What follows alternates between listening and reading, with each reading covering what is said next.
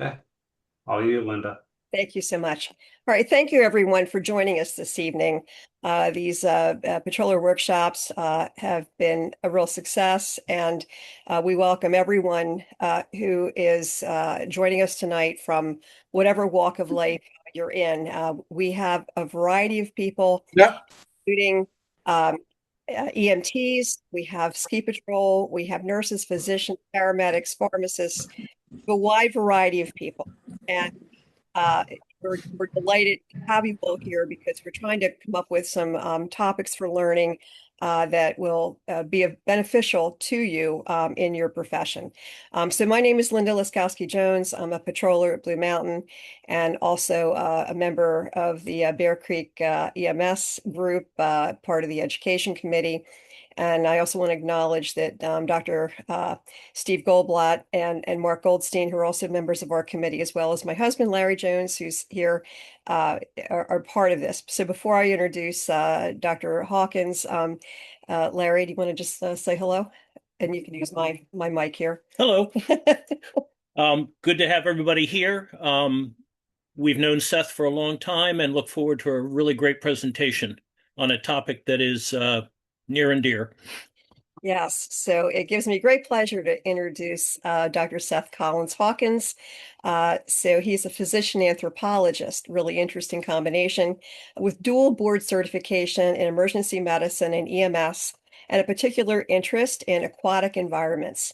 He is a medical director for Starfish Aquatics Institute and StarGuard Elite, and serves on the board of directors of Lifeguards Without Borders, as well as serving as the medical director of the National Association for Search and Rescue, NASAR.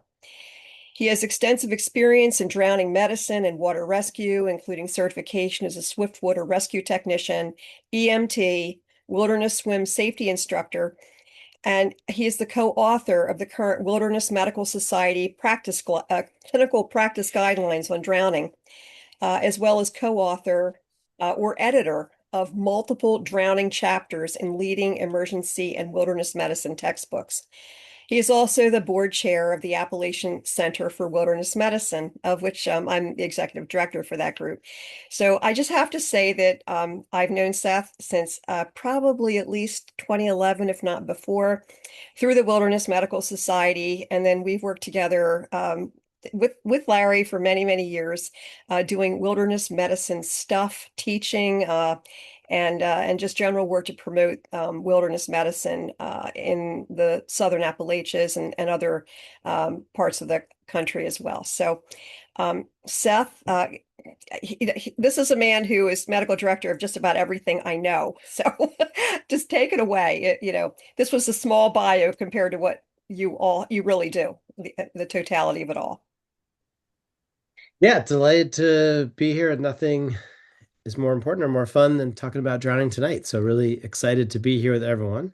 I'm going to see if I can upload a PowerPoint, because how could medical education ever occur without PowerPoint? And I should be able to start the show because we were just able to do it a moment ago.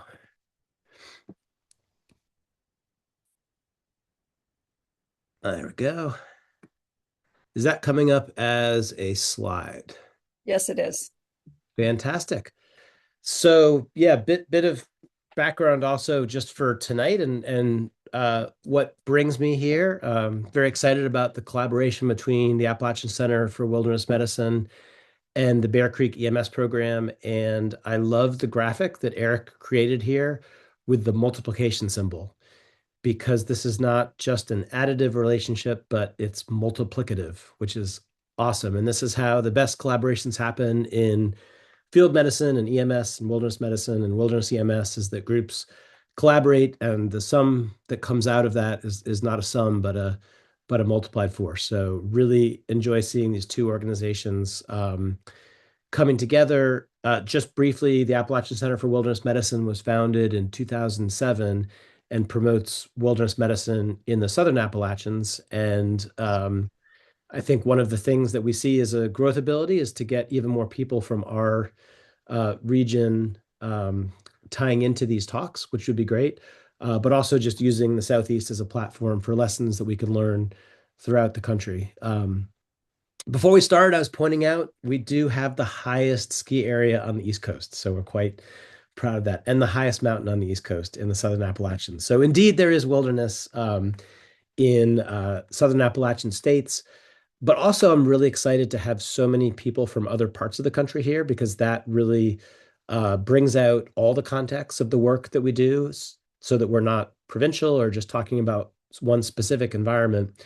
And so I really would love to have people interrupt and ask questions. This is always more useful if it's collaborative and meeting you where you need to be. So if something I'm saying is challenging, certainly we can talk about it at the end, but also feel free to interrupt me. And Linda's going to wave her hand, or I can't see the chat, so she'll do something to grab my attention if something comes up. I also love it that there's so many different practice backgrounds. We get very siloed into our own particular niches of how we care for patients, but the patients themselves don't really care. They just want quality medical care in the emergency they find themselves in.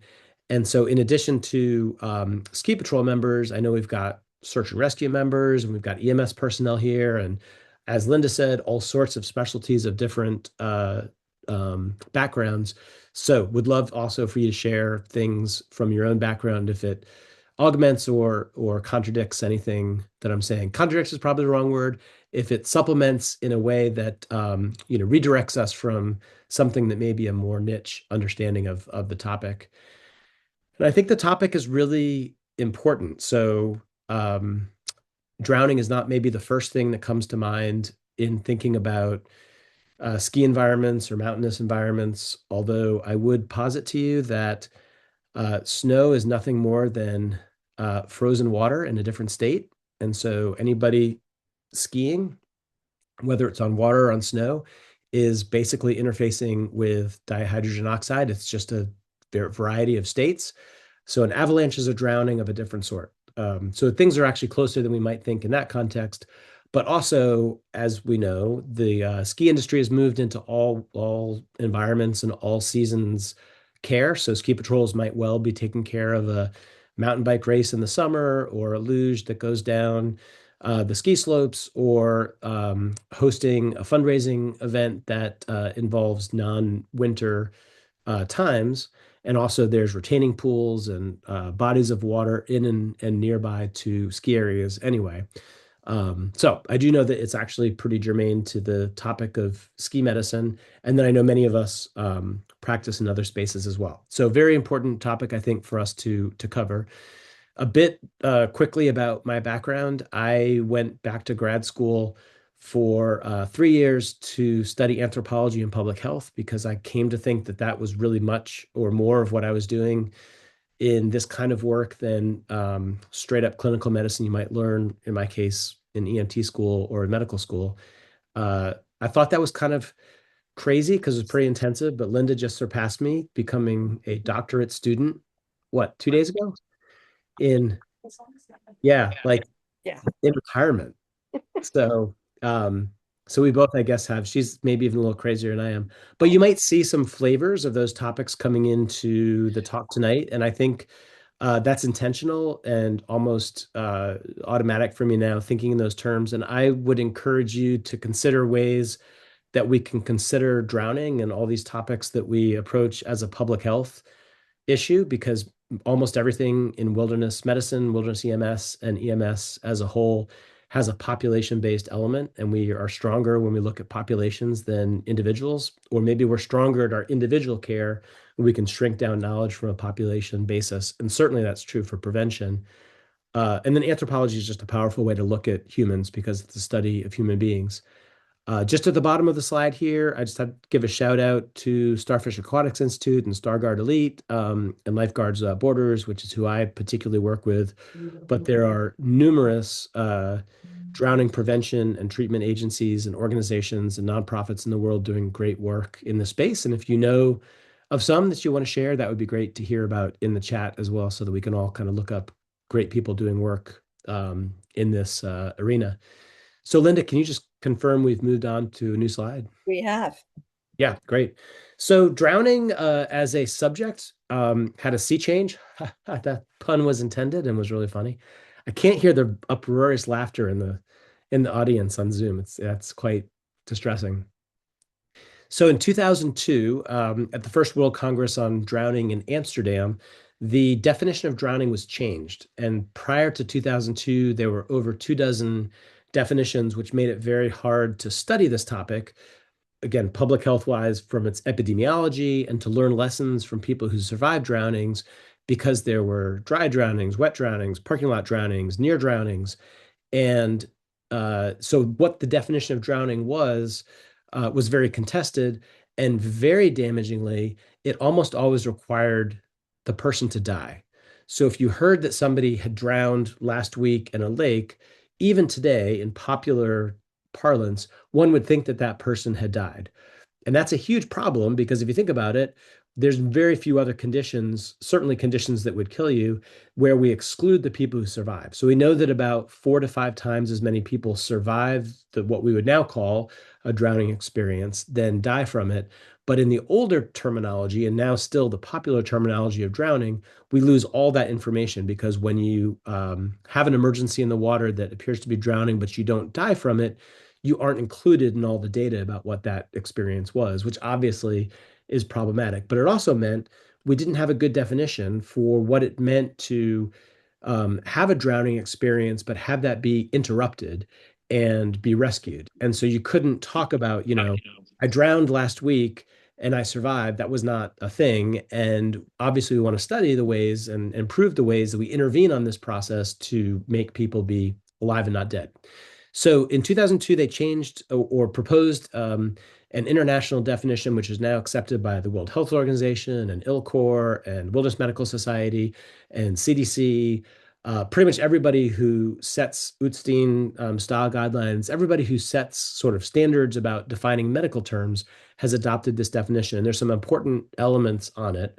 So the full definition is the process of experiencing respiratory impairment from submersion or immersion in a liquid medium. In most of the world, that is, or most of the time, that is water. If you're in a James Bond movie, it could be gold or oil. But it is a longer definition, but one that's really powerful for us to explore what happens to human beings who have this problem. So the first thing that's really important to know about this is it's a process. That process changes from the original definition, which is a binary.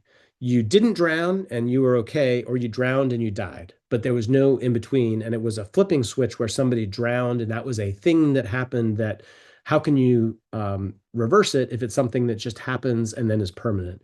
So the beauty of the idea of a process is that drowning starts at a point and ends at a point, and there's all these evolutions of what it does to the human body in between. And knowing that it is a process in that way gives us the ability to intervene on that process and push it in the direction we want, which is towards improvement and not towards death. So in this case, being a process, it is the process of experiencing respiratory impairment. So that's the second really critical part, is this always involves some sort of breathing problem. So if somebody is in water and they are in distress and they need to be rescued, but their airway is not underwater, they're not having specific difficulty breathing from the water. They may be having difficulty breathing because they're working hard. They're in a riptide. They're not able to swim out of it easily, but they haven't experienced respiratory impairment from water impinging on their airway. Then that is not yet a drowning. So you could be rescued from that. That's a water rescue. They are in distress in water, but they could be in distress in water in the Gulf of Mexico, in warm water, just hanging out. They fell off a boat and they'd like to be rescued. But we would never want to consider that a drowning, because the intervention you're doing is not interrupting a physiological process that is threatening their death. It's simply they're in a bad place that they'd like to get out of. So it has to include some degree of breathing difficulty, and that breathing difficulty has to come from water. And this is the last and maybe most important thing, is that this cannot happen without the ongoing presence of water. And we're going to get into why that's so important and why some of the definitions can be misleading in a moment. I have two. Please, yeah. Yeah, so I love it. Yeah. question, is the term secondary drowning still a term? from John. Yeah, love it. Thank you for a perfect segue. It is a term in incorrect parlance. So unfortunately, it's still used, and we are trying very hard to discourage it. And yeah, I'll get right into that as well, because secondary drowning presupposes, as we'll talk about in a moment, that something happened outside of the water that continued to deteriorate, sometimes like 24 hours later. And this is mythical and is so problematic that there's even a public health movement and a website called Not Without Water, which says that all drowning is immediate or within a couple hours. It's not something that can be secondary or delayed.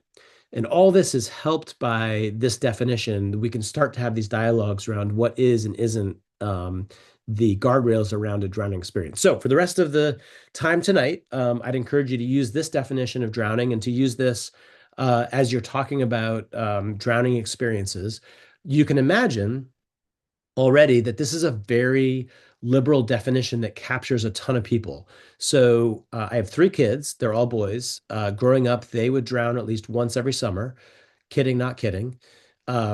If you think about this definition, somebody who starts to experience respiratory impairment from water is drowning, and that is a very loose definition. So oftentimes the question comes up, where's the starting point for that? And we would typically think of that as that sensation you get from swallowing water the wrong way, and you get that burning in your chest, or somebody who's spluttering and coughing and has difficulty catching their breath after a reasonable brief period of time to kind of clear your airway. So obviously, if you just choke for 15 seconds in water and you don't have any other respiratory impairment and it's really minor, you wouldn't consider that a drowning. But we do consider this much earlier than we did in the past, where drowning was a fatal situation.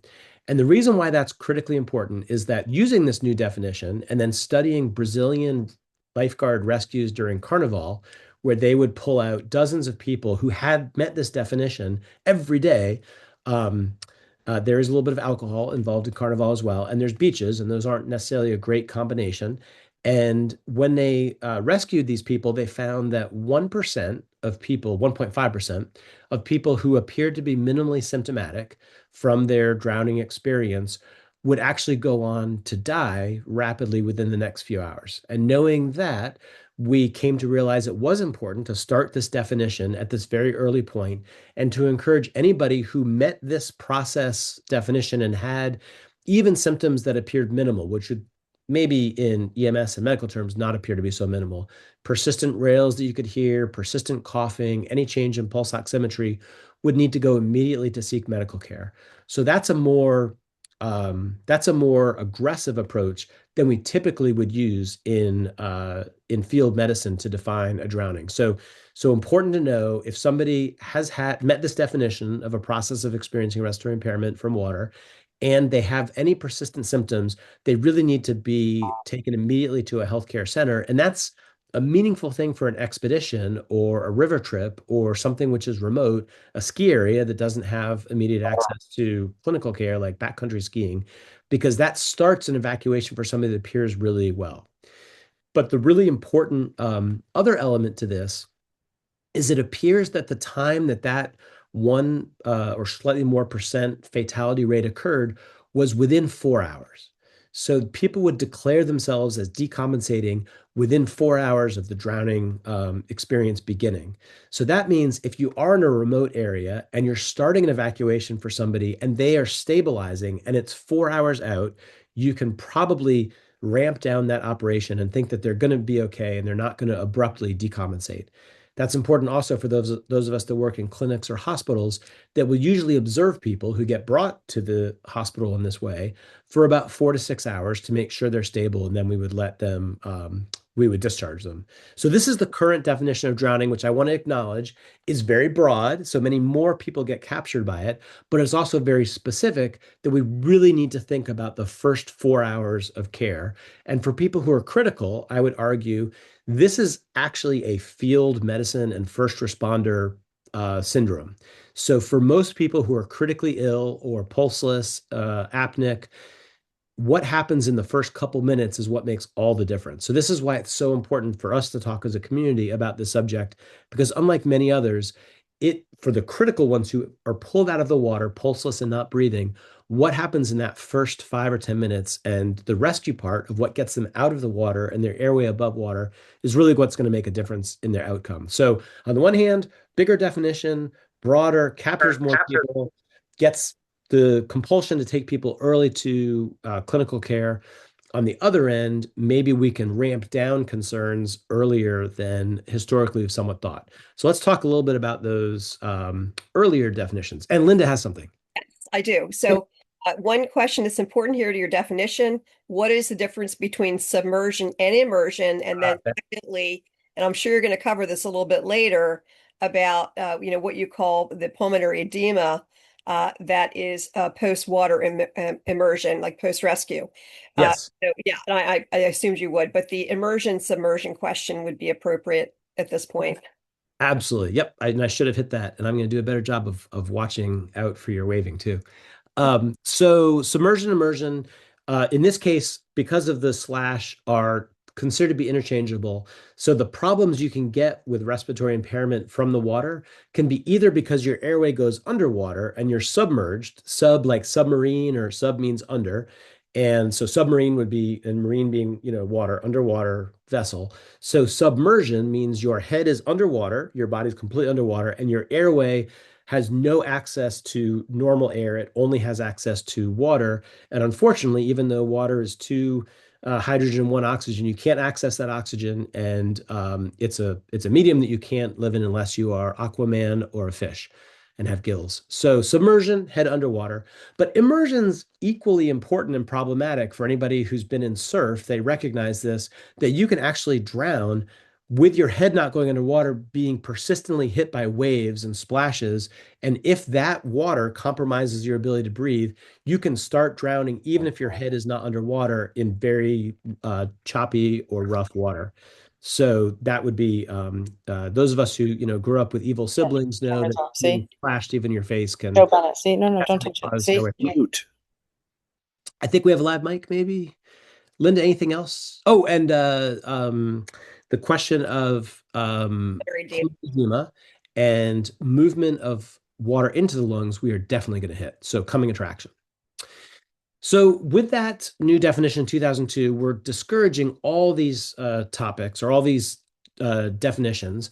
And in fact, there have been 2 publications now from my colleagues, Andrew Schmidt and Justin Semsrott, exploring what the arc is of changing medical literature to stop using these terms. And it's a little bit disheartening, but the first publication I think was like 20%, and the current one is 40 or 50%, where they've succeeded in erasing use of these terms. The most common one that is persistent is near drowning.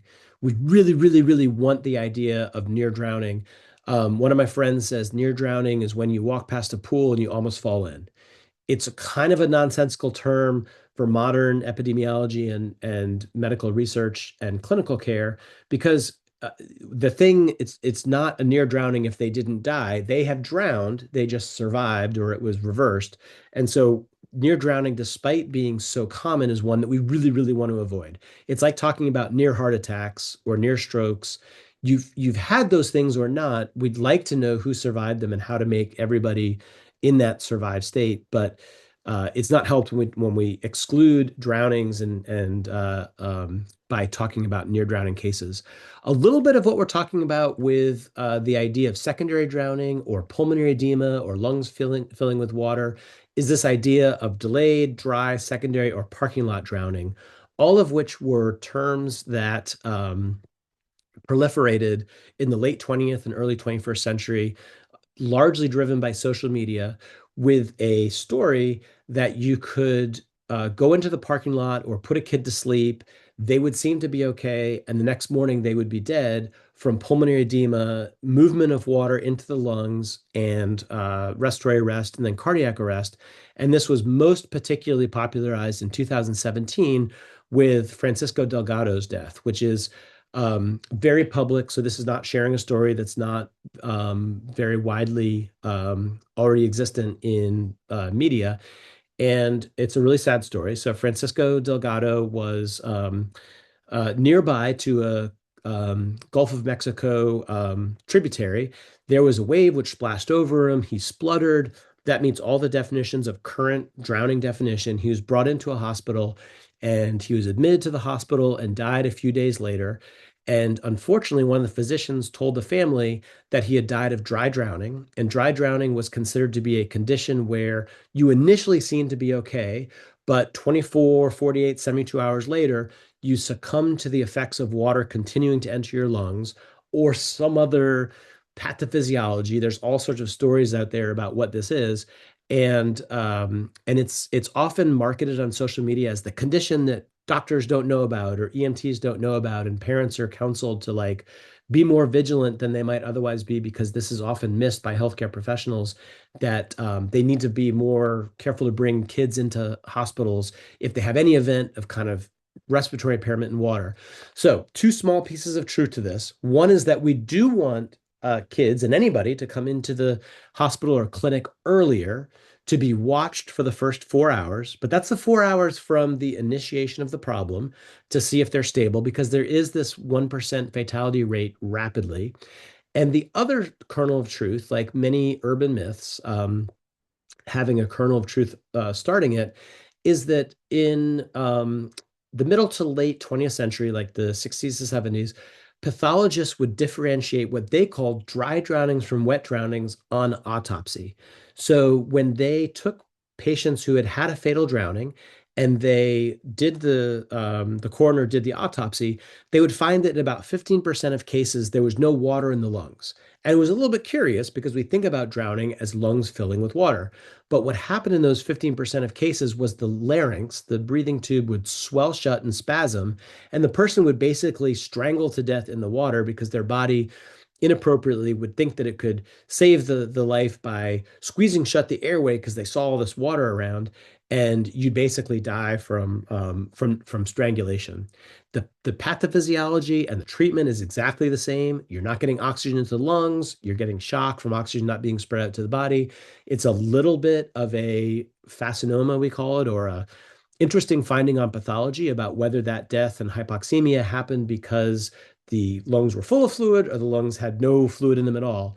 But what happened was this idea of dry drowning versus wet drowning got these legs on social media and other outlets to talk about this idea that you could succumb later to an initial drowning. And we saw it in 2017. I've stopped kind of pulling quotes about it out, but one of the more recent ones I pulled out, I think a year or two ago, was from this time in 2024. So this is the headline that yacht victims died of dry drowning. And, this is something, again, already in the title they're saying is for an autopsies. But what's different between 2017, when the Francisco Delgado case occurred, and 2024 is we did succeed in getting some degree of reporting in popular media and in scientific dialogue that this was actually not a thing, except on autopsy. So the one thing that we're not completely succeeding in is in New Jersey, following this case and other cases that were publicized like it, and this just came up again this year in May, New Jersey, if anybody's on the Zoom here from New Jersey, keeps trying to make May dry drowning month. And it's very frustrating because they're mounting this huge public health effort to try to prevent this condition, which is actually mythical.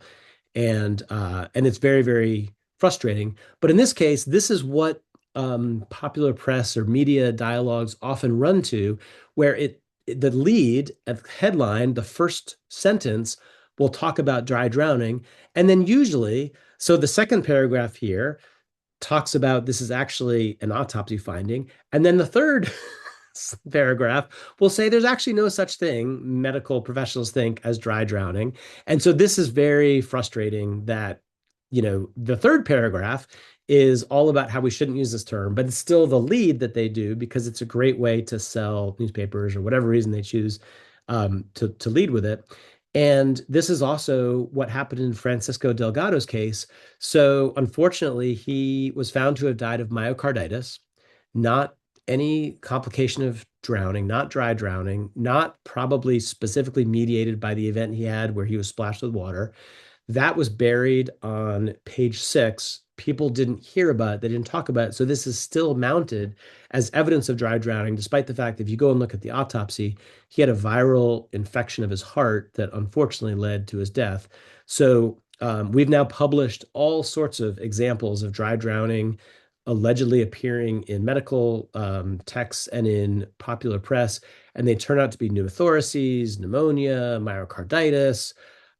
Many, many things can happen. They are just not drowning if we use the strict drowning definition of respiratory impairment from submersion or immersion in a liquid medium. So everything that happened with Francisco Delgado related to his drowning declared itself within that first 4 hours after his event. They brought him into the hospital a day later because he developed a fever. And the whole assignment of dry drowning to this was way off base by the physician, and that's just unfortunate. So this is maybe one of the first things I would call out as like a public health and linguistic anthropology topic that we could talk about is the words that we choose and the public health campaigns that we mount are critically important. And dry drowning, secondary drowning, parking lot drowning is not either effective use of language or a good public health effort because drowning is so prevalent, especially in these young communities we're talking about. And there's real things we can do that we'll talk about to prevent deaths. And talking about alleged 24-hour deteriorations is not one of them. Now, I want to be clear. You can have a drowning event and you can have a 24-hour deterioration from it, which is something else. So if you have a major drowning event and you develop pneumonia subsequent to it and you die of pneumonia, that is a very believable pathway, but it's death from pneumonia, possibly mediated by the initial drowning event, but it's not that you were still drowning on the second, third, or fourth day where you started to develop the pneumonia systems. You had a new condition, which was maybe prompted by it. The same as if you have a poor diet and you have coronary artery disease, and then you have a heart attack. We're not talking about that still being McDonald's poisoning. We're talking about a heart attack, which is the immediate event that needs to be addressed. So I think it's important to separate those topics. So I'd like to pause there and see if there's any questions about that definitional element, because that's so important to what we're discussing. It's challenging. Yeah, there is one comment. I thought water in the lungs was a late finding or post-arrest.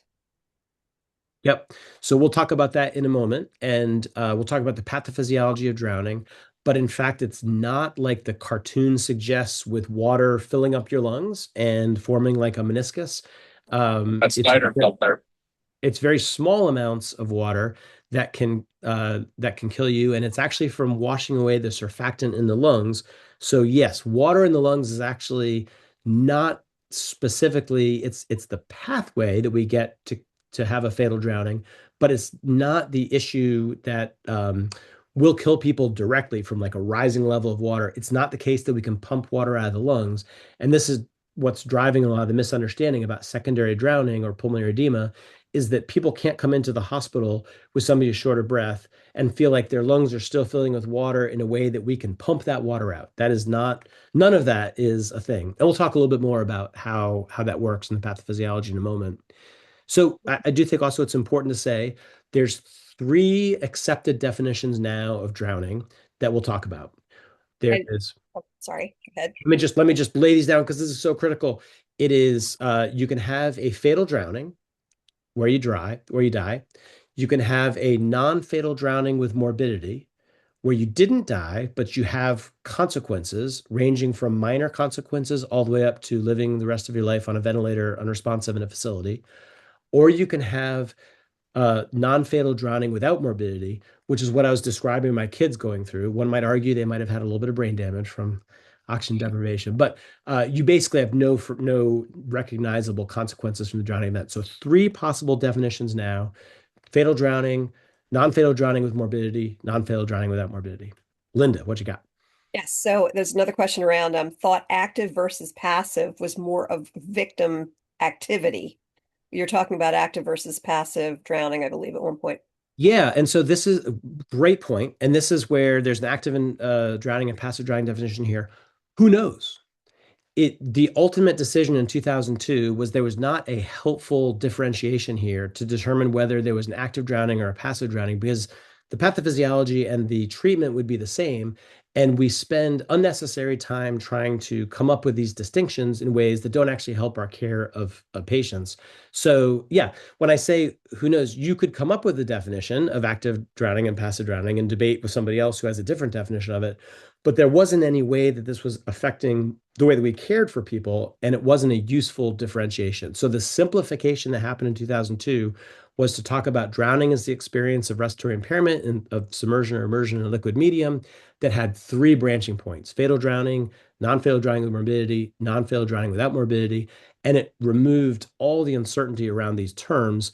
For example, to talk about near drowning for a moment, when is that threshold? Like, when is it that we stop the clock and say that it's become a near drowning versus the drowning point? Obviously, when you die, but at the beginning, you don't know whether that's a near drowning or not, because you don't know whether they're going to die or not yet. So really not useful to use these terms. But later tonight, I'd love to talk about it if people find ways that terms here might have been more useful and should not be discarded. So talking about some things that are still kind of meaningful in terms of definitions and terms. We really are not too jazzed about what type of water you drown in.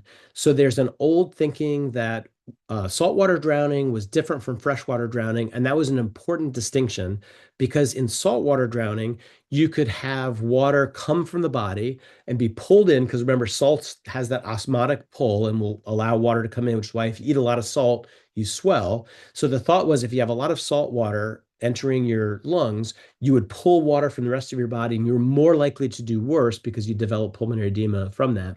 And it came from some canine studies that were done that were really sad in the 70s, where they pumped water into the lungs of dogs until they died. And they looked at the difference between salt water and fresh water being pumped into the lungs. And they could prove that you could get some electrolyte changes and some water changes from water being pumped into canine lungs that were salt or not salt.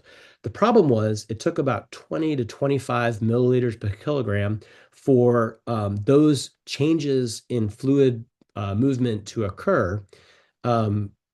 Humans die with about 2 to 3 milliliters per kilogram of water entering the lungs. So you will be dead long before you'll see changes in water concentration or saline or sodium concentration in the lungs from saltwater or freshwater. So really, the thing that's much more meaningful about saltwater or freshwater is what the water characteristics are that would promote drowning, like riptides or surf or open water, swift water.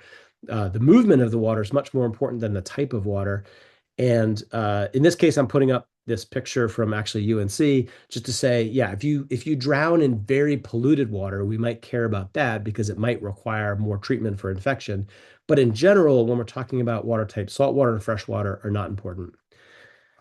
Hypoxic blackout is critically important. And from a public health standpoint, this may be one of the most important messages of this whole talk. And it is being promoted very heavily, like as of this week, because we still see very high performing athletes and swimmers dying of this condition. The critical message here is that you cannot do, with a slight asterisk, you cannot do breath holding exercises before you swim or in order to swim better, because it is exceptionally dangerous. And one thing, so I'm a competitive swimmer. I swam in high school. I continue to swim in masters. And one thing that we knew in the 80s and 90s was that if you hyperventilated before you swam, you could breathe less during your lap. So you would have to take less breaths, turning your head and slowing yourself down. And the reason was, if you hyperventilated, you tricked your body into flooding it with oxygen, but more importantly, pushing down your carbon dioxide. You're breathing off carbon dioxide, your carbon dioxide gets low, your oxygen is fully saturated. And what we have, unless we have COPD, as a breathing mechanism as humans, is a trigger of CO2 rising. So the problem is, if you get your oxygen level really, really high and you drop your CO2 down really, really low, and you keep thinking, I don't have to breathe. I don't have to breathe. This is awesome. The CO2 is not hitting that receptor in my brain that says that I need to breathe. I can do this whole lap without breathing. You end up with this problem here. That's a complicated graph, but and it's from diving, but we can kind of talk through it. In normal breathing, which is the top part you can see here, you will have an urgent need to breathe before your oxygen level drops below the point that you would pass out. So normal breathing is on the left, and you can see the urgent need to breathe, which is triggered by the CO2 rising, the blue line rising, is lower than the oxygen level dropping below the point of consciousness. So the way this is good for us is we get an urgent need to breathe and have to take a breath. Even if we're underwater and we know we can't breathe, we may spasmodically try to breathe because it becomes so compelling in our brain from that receptor saying your CO2 level is too high. On the right side, if you look at what happens when you hyperventilate, you've gotten that blue line so low that you will pass out before you even know you need air. And you become a shadow on the bottom of the pool. And this is how very, very highly qualified swimmers, military personnel, Navy SEALs will have a fatal drowning because they've trained themselves to do these breathing exercises to get longer time underwater. But if it's not observed and not done carefully, they can pass out first. We just had an NC State assistant coach, like collegiate, like very high level swimmer, die recently. So this is still happening now. So there's a big movement to not allow people to breath hold during swimming. Really recent movement on this, which is as recent as the World Congress on Drowning in Egypt, which was last November, is Justin Semsrott and colleagues started to roll out some protocols that could involve breath holding exercises in certain populations that have a reason to need to do this, like Navy SEALs or like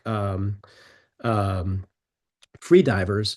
And there are communities that do it in a way that's safe and understand this issue, but because of their profession or their occupation or their activity, they will continue to get this training. So now in the last year, we've started to see some protocols coming out about how to safely do training around this. It has to be supervised. It has to follow these standards that are starting to be set. And it still does not involve hyperventilation.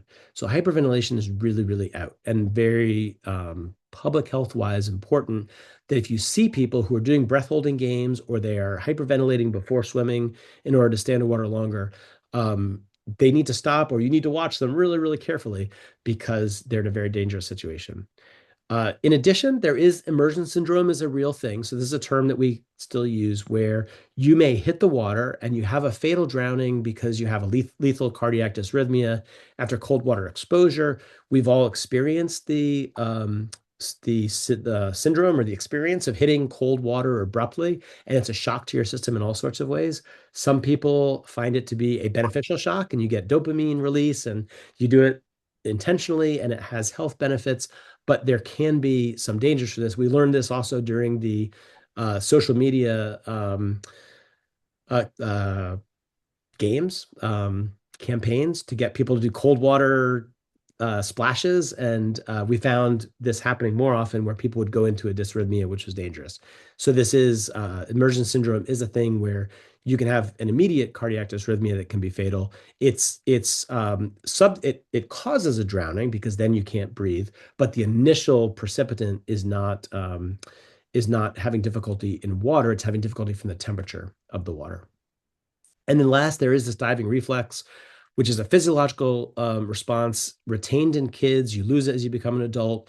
This is part of the reason why children tend to do much better, especially in cold water with drownings, because they have a shunting mechanism where oxygen goes to their core organs and they can stay underwater longer without breathing than an adult can. This is a thing. It's a mammalian response that is also partly explains why some mammals can go underwater for long periods of time and not have to breathe. Not something to rely on, but it is why sometimes we see, one of the reasons why we sometimes see children doing much better in drowning events.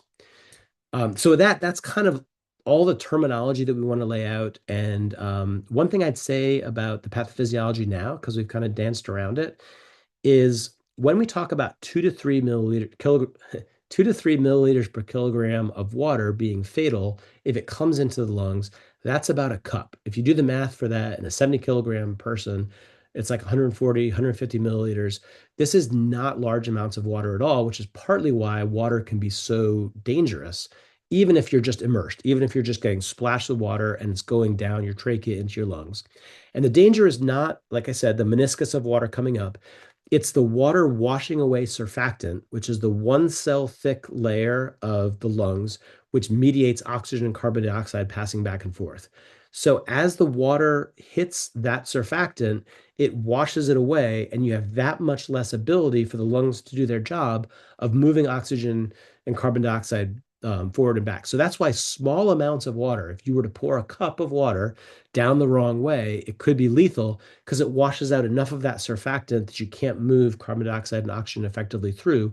It also explains why really pumping water out of the lungs is not the thing that we need to be doing. That is not, the problem isn't that there's a body of water which can't pass oxygen and carbon dioxide past it. It's that the water, even if it disappears, has washed away the surfactant. So inevitably the question comes up, can we not just reinsert the surfactant? And that has not been proven successful or effective, even though it is an appealing idea. But that's what we would need to be doing, is relining the lungs with surfactant. This is, Laura, Linda, hit me.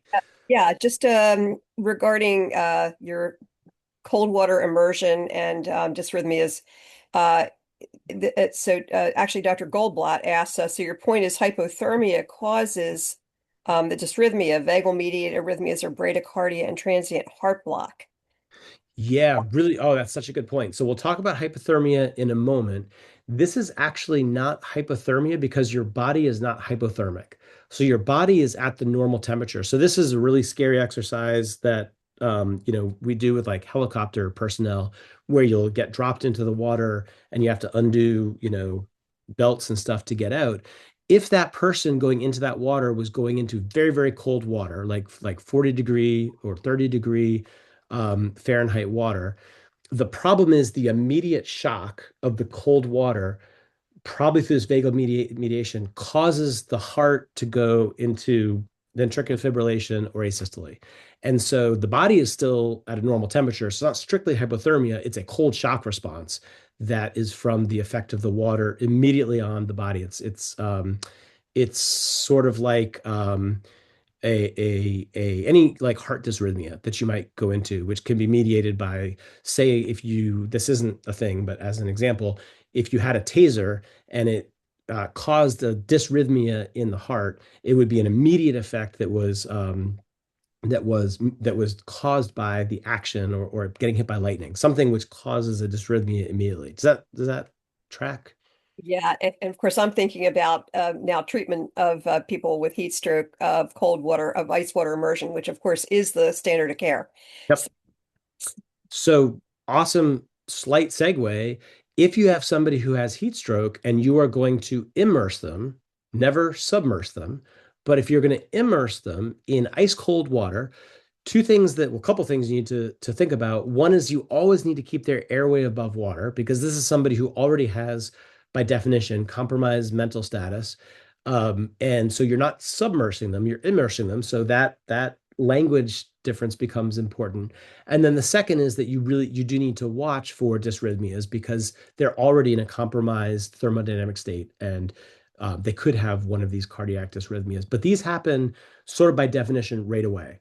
So if you were on the Titanic and you went off, North Atlantic, went into the North Atlantic in the winter, you could die right away from a lethal cardiac dysrhythmia. In some ways, that would be more preferable than surviving for 2 or 3 hours of hypothermia, where your body is steadily dropping its temperature. Then you get neuromuscular rigidity. You've all experienced this. You get cold, you can't feel your arms, you can't feel your legs. Eventually, your airway would go underwater.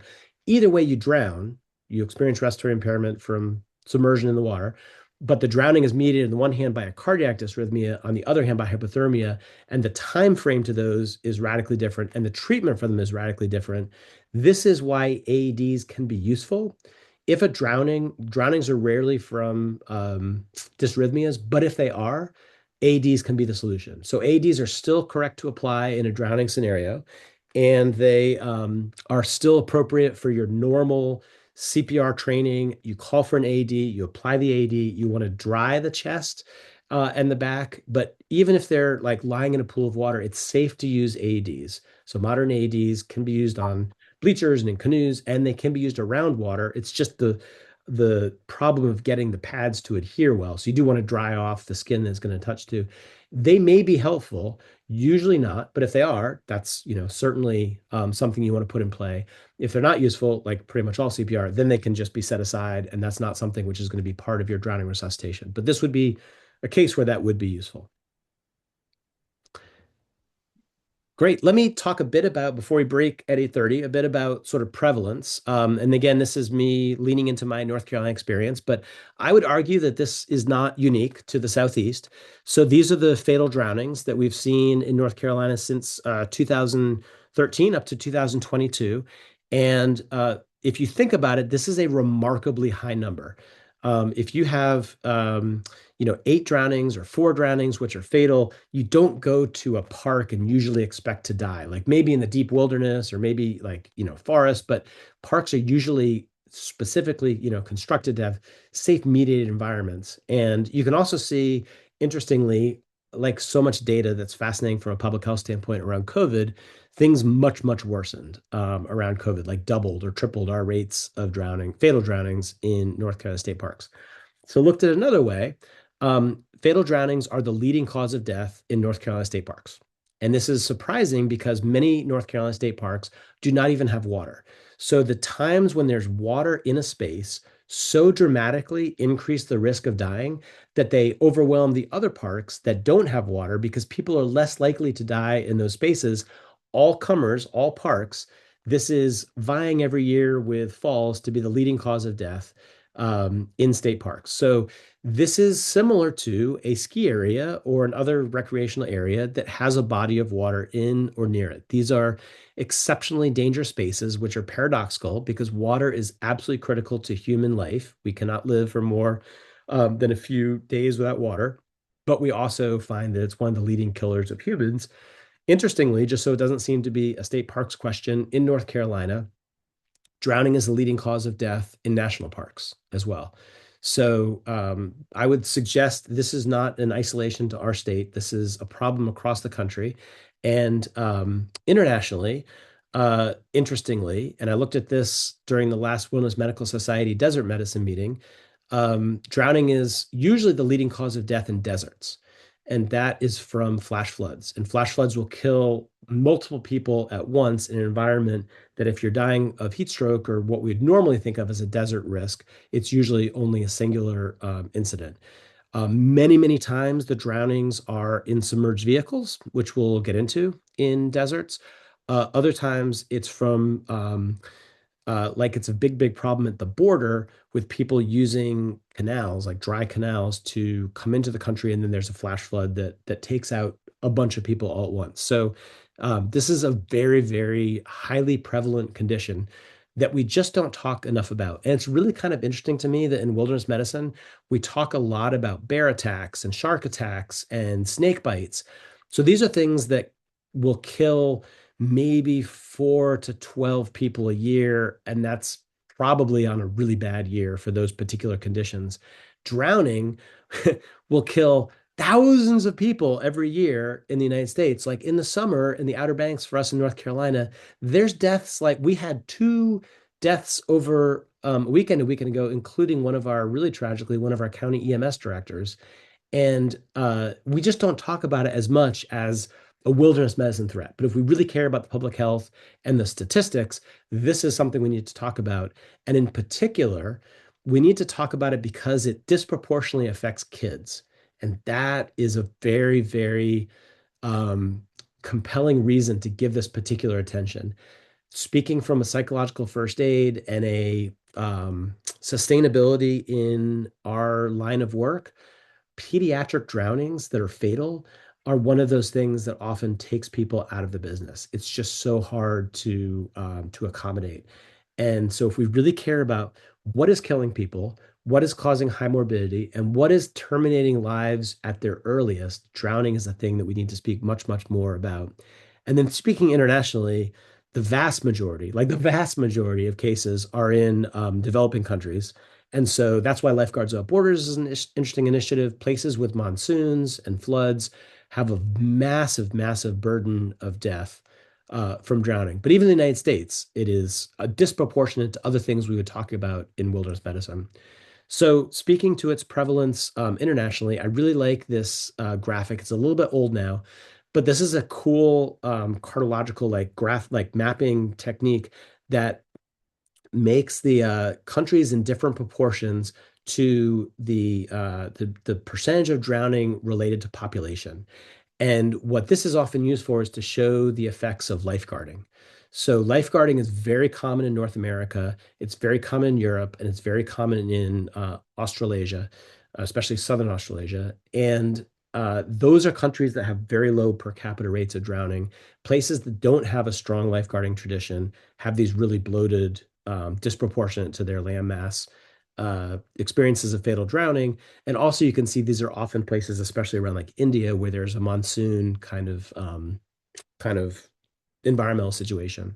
So speaking to that pediatric situation, a quarter of fatal drownings are younger than 5 years old, and a quarter of children who have fatalities are drowning. So just unbelievable like disease process here that we have to talk about if we care about pediatrics and caring for kids. And this is definitely not my kid, definitely not next to my pool in my backyard. I would never put my kid in danger to get a good Photoshop. Okay, it might be, but I think with that, if I can, let me talk about submerged vehicles, Linda, if that's okay. And that would be a great breaking point. Again, talking about what is actually killing people, submerged vehicles cause more than 10% of drownings in disasters. They cause more than 50% of drownings. This is a staggering statistic, and we just do not have the public health apparatus in place to address what to do in submerging vehicles.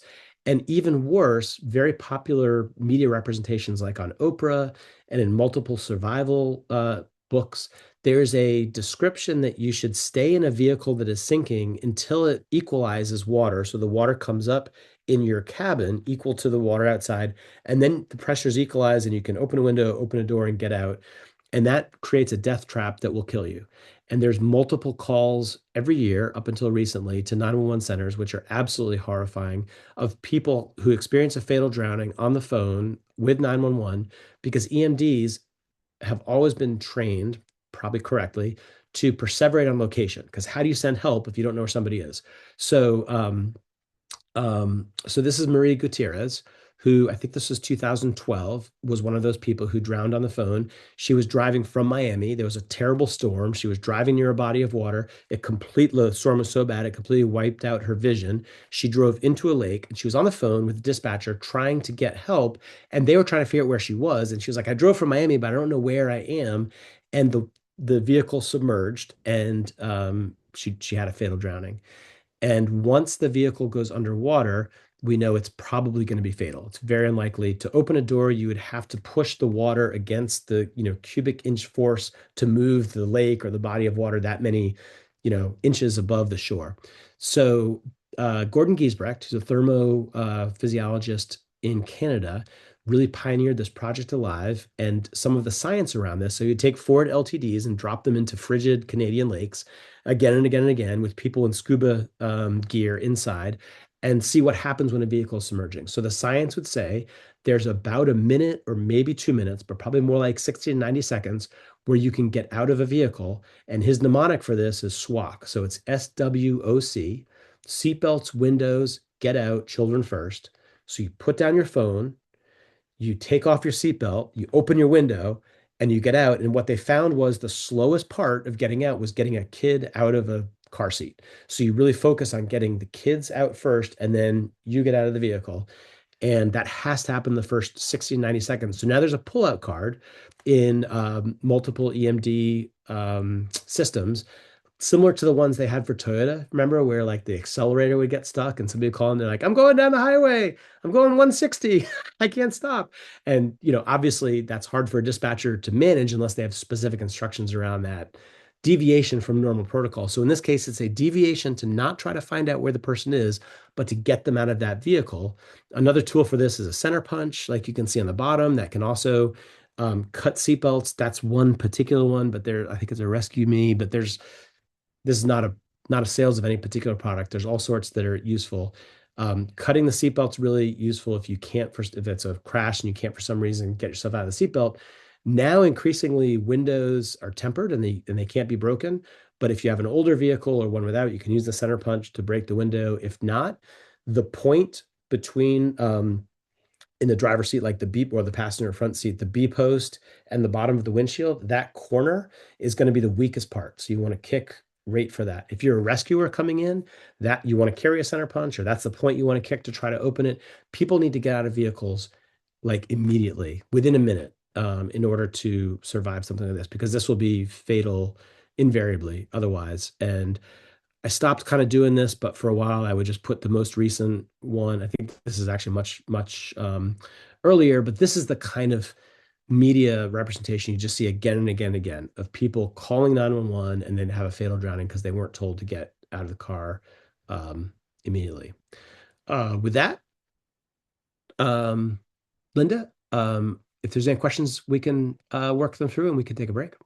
Sure. So why don't we take 10 minutes? Why don't we come back at quarter to the hour? And in the meantime, we can chat. And I know there were some questions in the chat, some specifics. And if you're willing, unless you'd like to take a break as well, Seth, we can continue with some questions during the break. I can't talk enough about this, so Okay. I can keep going, but people should definitely like grab a cup of water. Just don't drink it the wrong way. There you go. There you go. Seth, one of the questions was, there are actually two that are similar. One is, how long does it take for the surfactant to be replaced? Yeah, that's a great question. The second was, can we compensate for the loss of surfactant with the use of PEEP, CPAP, BPAP, BiPAP?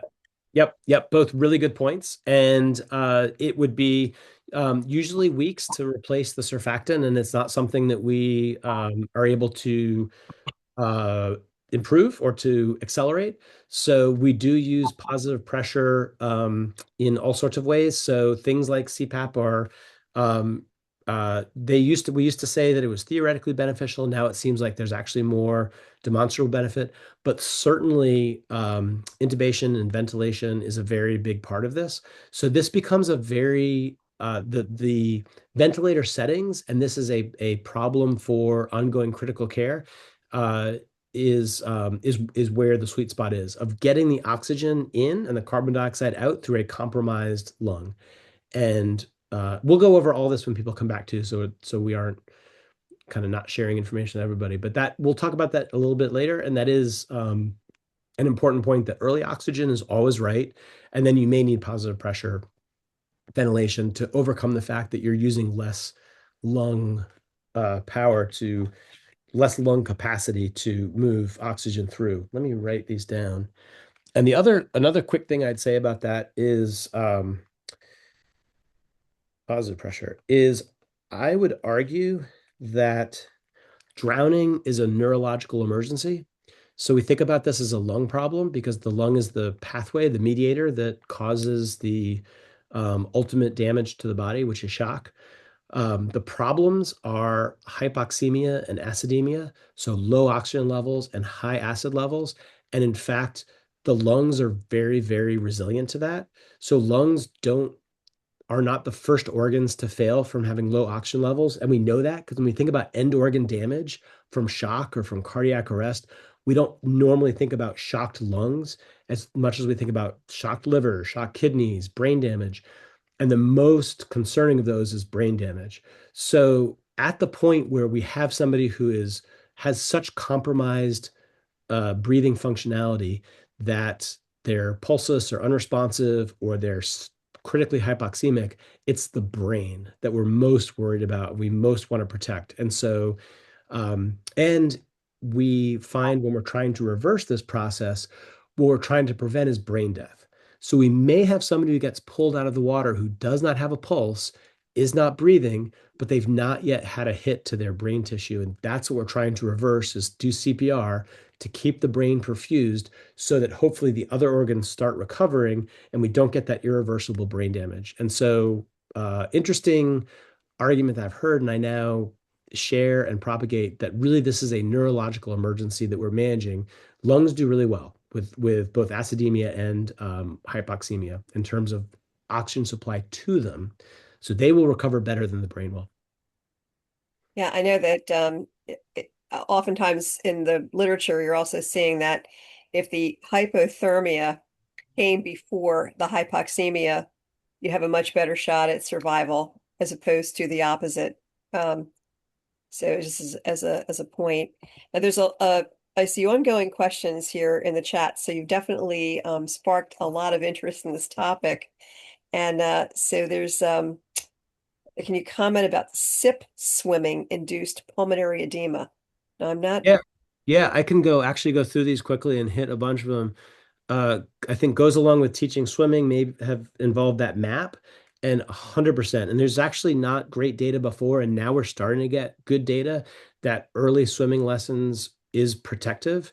So 100%. That's one of the public health initiatives in developing countries, is simply to get basic fundamental swimming education. And we're going to talk about that in a moment. And we can use CPAP for drowning patients, and used to be theoretically beneficial, and now it's demonstrably beneficial. Yeah, the window's open for electrical failure. That's one of the things that that Gordon Giesbrecht studied, and the electricity also failed within a minute, but not at that minute. So really good point. Punching a hole in the window is less necessary if you just get the window down, but nobody has turn wheels anymore on new cars. So yeah, getting the windows open John said it better than I did, that you need to, the SWOC, the W of windows open is not necessarily breaking them, but opening them is really crucial. And I can't hit the submerged vehicles part enough, because that's what's killing people, and there's not good education around it. And the swimming-induced pulmonary edema is a thing, and it's a newer thing that we didn't know as much about before we started to see these cases. It's a contradiction to what I was saying about the pathophysiology. In general, drowning is not the process of pulmonary edema. Pulmonary edema is vessels that become permeable and allow liquid to leak into the lungs. And it's why patients in pulmonary edema have that kind of whited out look where there's water everywhere. It's sort of like filling the lung. The lung becomes like a sponge. And that's different than entering the lungs and washing out surfactant. And so usually drowning is not pulmonary. They're not the same. However, we did see, especially in triathlons and in long distance swimming, that people who were really exerting themselves could develop this exertion-induced pulmonary edema, which is a thing. So that is, let me say it as well to hit, that is worth saying. So sometimes you could have somebody who drowns from experiencing overwhelming pulmonary edema from this exercise-induced condition. It's like a dysrhythmia or like other precipitants to a drowning, which is not, we still don't think about that as a drowning. Like somebody in water who starts experiencing pulmonary edema is not drowning, because it's the respiratory impairment is not from the submersion or immersion liquid medium. But once the airway goes underwater, it is. Can you get pulmonary edema from extreme negative pressure trying to inhale with a closed larynx? That's a good question. We should all try it. I'm not actually, wait, that's a bad idea. I don't know, actually, the answer to that. I think there's other people on the call that may be able to answer that differently. Let's open that up to the group when we come back. Difference from lifeguarding water rescue in a pool versus wilderness, 100%. And we will talk about that. And one piece of equipment that you should carry in a wilderness setting, vodka, always. It's everything. Whiskey is the second best. Yeah, I don't know if there's something that you're thinking of, and if there is, I'd love to hear it. But we will go over equipment stuff in a moment. And yep, Maine EMS is saying CPAP is absolutely. Yep. And we'll hit that. And Russ is talking about camps and lifeguards training with people with struggling intake of water, throwing up. Yes. Yeah. Yep. So let's talk about this quickly when we talk about wilderness swim safety. But the important thing about the challenge about being far away from pre-hospital care is that you do need, ideally, you want to start that process of getting care early, even if it seems like it's far away and that's a hassle, because it's much more satisfying to cancel something than it is to find out that they're going to fall in that 1% and they're going to rapidly deteriorate. And you haven't called yet because they're like, oh, that's we're just going to watch them and see. But again, 4 hours is that window, 4 to 6 hours in terms of classical like emergency department data. And there is a difference between wilderness medical protocols around lifeguarding and pool ones, and we will talk about that. John says something's not true, and I'm not sure what. It was dealing with the hypothermia. You got to be really cold, and a kid for have any effect. That emergent hypothermia really is not a real effect. Actually, the literature is pretty clear about that for those people who have become hypothermic, not necessarily at the time, well, they're hypothermic at the time of the drowning event, not necessarily getting hypothermic from being in the water. But if they go in and they are hypothermic, there is actually a protective effect from that. And I agree with you that it would take quite a while to become hypothermic if you're submersed. Yeah, you're hitting the mammalian diving reflex before you get in the water. So yeah, if you're already hypothermic, yeah, you do that. Put people in hypothermic comas trying to save brain cells. So it's the same idea. If they were hypothermic before they got in the water, it ought to save you some difference. But as far as a kid or anybody else falling in cold water or an adult, not seen. It's just what I'm aware of. Yeah, there are some very interesting case reports of people who were hypothermic prior to their submersion incident. And actually, there was prolonged CPR with intact neurologic survival. One was a physician. And this goes back a few years, but not many actually. And they're rare cases, but they're quite interesting. Linda? Yes, Steve. Great talk so far. I am learning a lot. I looked up because I'm the cardiologist and I was asking those questions about the dysrhythmia. And I would want you to, I just found a term that was interesting because I agree with you, the cold water exposure is not hypothermia, but I said there's got to be a stress reaction to cold. I mean, you jump in the water, it's like, everything vasoconstricts, your heart rate shoots up. And apparently it's called autonomic conflict, that you're activating maximally both the diving reflex and the vagal system, and at the same time, the autonomic sympathetic nervous system with high catecholamines. And they said that in and of itself can create some of these life-threatening arrhythmias. So just a small piece. Yeah, love it. I would say let's dive back in as it's at quarter of, and we can recap for people some of the dialogue we've had. But yeah, so the same way as not without water, you can't have drowning without submersion or immersion in water.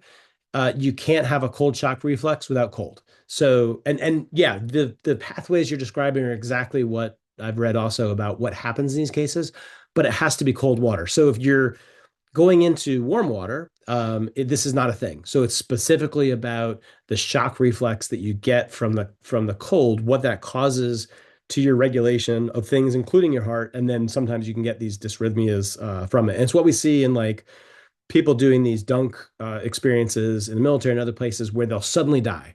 And they didn't die from hypothermia because it wasn't that they were cold. They didn't die from drowning. Specifically, that was what ended up happening. But the specific precipitant was their heart went into a non-perfusing dysrhythmia. And two things I want to hit for people that just came back and joined us. We've had a long dialogue, and it's also in the chat about the benefit of positive pressure ventilation, which is definitely the case. So because this is a problem with surfactant, there is a benefit to trying to push more oxygen through that surfactant, pull more carbon dioxide off of it. And we found that CPAP is helpful. We definitely think about intubating people early so that we can control more of their settings. And this becomes like an interesting ICU experience of how to set, damaged lungs to get the best oxygen, carbon dioxide benefits. So The simple answer, often for a wilderness setting, is oxygen is always good. We think about oxygen as nowadays like potentially beneficial or harmful. There is never a case in a drowning situation where it's not a good idea to put supplemental oxygen on somebody if you have access to it. And we talked about like exercise-induced or swimming-induced pulmonary edema. And it is the case, and this is a little bit of a contradiction to what I was saying, it's sort of an exception to it, that you can get pulmonary edema simply from exerting yourself. We discovered this in triathlons and long-distance swimming. Particularly, it seems to be in swimming events where people will have water come into their lungs from the vasculature, which is not the water that they're in. So it's not a drowning in the sense that they are aspirating water into their lungs. The water's coming from the blood vessels into the lungs. But this is a really important difference, that people think that pulmonary edema and drowning are pathophysiologically similar in terms of the water interface with the lungs, which is not the case.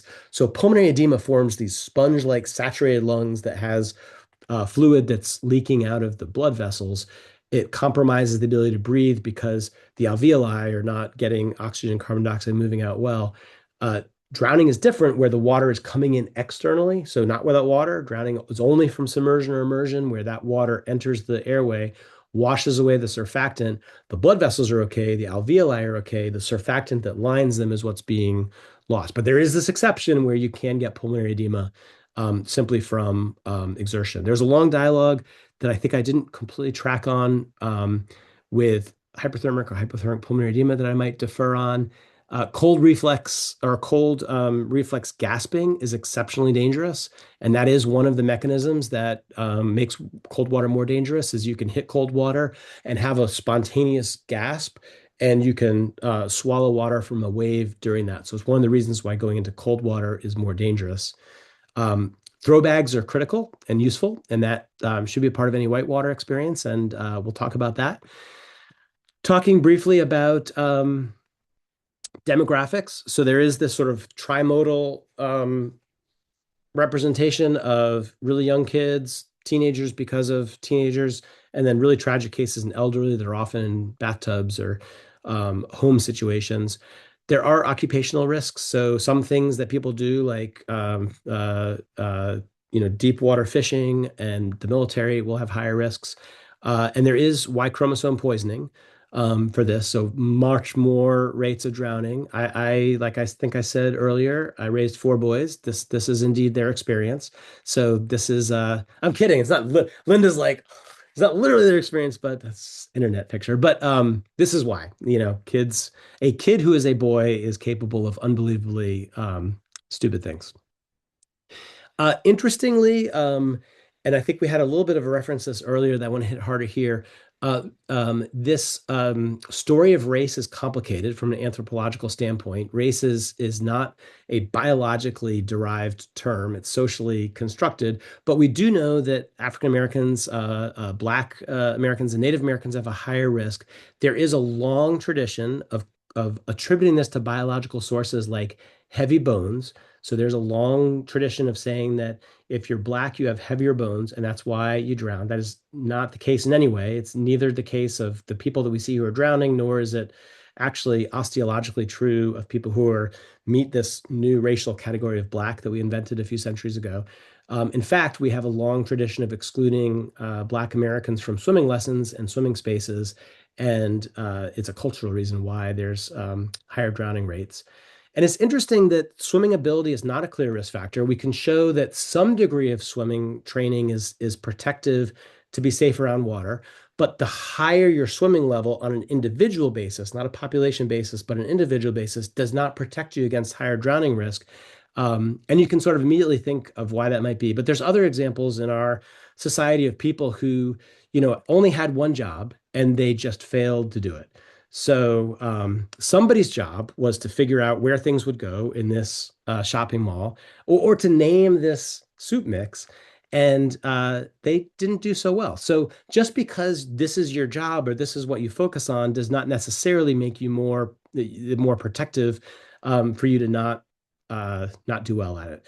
The English, National Health Service is just a bad idea to make the sign, and I won't go further with that. But the more compelling example that everybody can understand is that drowning rates are very high in surfers. They're very high in proportionate in Navy SEALs, and they're very high in deep water divers and deep sea fishermen. And these are all people, maybe less the fishermen, but the other ones who are exceptionally good swimmers, but they take higher risk. So the problem is matching the ability with the risk. Drowning rates may be very low in people with no swimming ability because they don't go near water. So on an individual basis, we have to match the fact that we have a high swimming ability with how dangerous the environment is. And this is the hypoxic blackout story, where just because you are an Olympic level swimmer does not make you resistant to the fact that if your carbon dioxide level doesn't tell you to breathe, you won't die. And this is why a couple of years ago, we had an Olympic level swimmer who had a fatal drowning in a Charlotte pool because they were doing breath holding and they had a hypoxic blackout. Alcohol, this is the Brazilian Carnival story. Many fatal drownings are associated with alcohol. Other drugs are connected to drownings as well. So anything that compromises your functional ability in water will promote or accelerate the chance you could have a fatal or non-fatal drowning. So there are things we can do to prevent this. This is one clear one is using Coast Guard approved life vests or jackets. What do you all see wrong about this picture of me and my wife and 2 of my 3 kids? You two are not protected. Yeah, so it's not just a kid thing. Yeah, 100%. Trust Linda. Did you learn that on day 1 of your doctorate program, or did you already know that? No, So you also didn't know there's a huge rock that we're headed towards, and we're all looking at the thing, and there's a terrible crash after this. No, not the truth. But yeah, everybody ideally in a boat should have access to or should have on USCG approved life vests or jackets. The other thing is that my, like, what is he, 6 years old kid is driving the boat. Like, who is this family anyway? There are other interventions we can have as an EMS entity, and we're going to talk about this a bit. Places that do have interfaces with water, which I would suggest is almost any jurisdiction, want to think about whether they want to have specialized water rescue units, a Swiftwater Rescue team, a place to call to get that service coming in, people trained in Swiftwater Rescue as technicians. One thing I would talk about is the wilderness interface with all this. And the Swiftwater Rescue technicians are well trained for wilderness environments. Lifeguards are not so much. And so there was a curriculum called Wilderness StarGuard, a collaboration between Landmark Learning and Starfish Aquatics, which then became Wilderness Lifeguard, which is now Wilderness Swim Safety. But if you're interested, I could put information about it in the chat. Conflict of interest, I'm the medical director for the company that runs this, but it is a very compelling curriculum that takes people from zero to ability to intervene in a water rescue as a lifeguarder with lifeguarding skills, but different from a guarded pool where you can see the bottom, and there are patrolled areas that have boundaries, like a pool. So this is like a lake or a slow-moving or non-moving river where you have to create a zone. You have to know how to safely control a zone with risk management, and then how to enter the water and rescue people. And part of the problem with our society is that we valorize people who go in the water and rescue individuals who are drowning, while at the same time, 10 to 12% of drownings are would-be rescuers. That's a phenomenal number. There's not many conditions that we face in the world where fully 1 out of 10 people who die from it. They're totally healthy and fine and not threatened, but they put themselves in danger to try to rescue someone else. And it's kind of intolerable. So while it is very heroic, especially for like a kid to go in the water and pull somebody out, you need to do a quick risk assessment and see, why is it they got in trouble? Is this a riptide? Is this Swiftwater? And I'm going to get into the same danger myself and have that problem. So wilderness swim safety and wilderness environments are different. You can't necessarily see the bottom. You don't have areas. You don't know necessarily what the risks are in the water.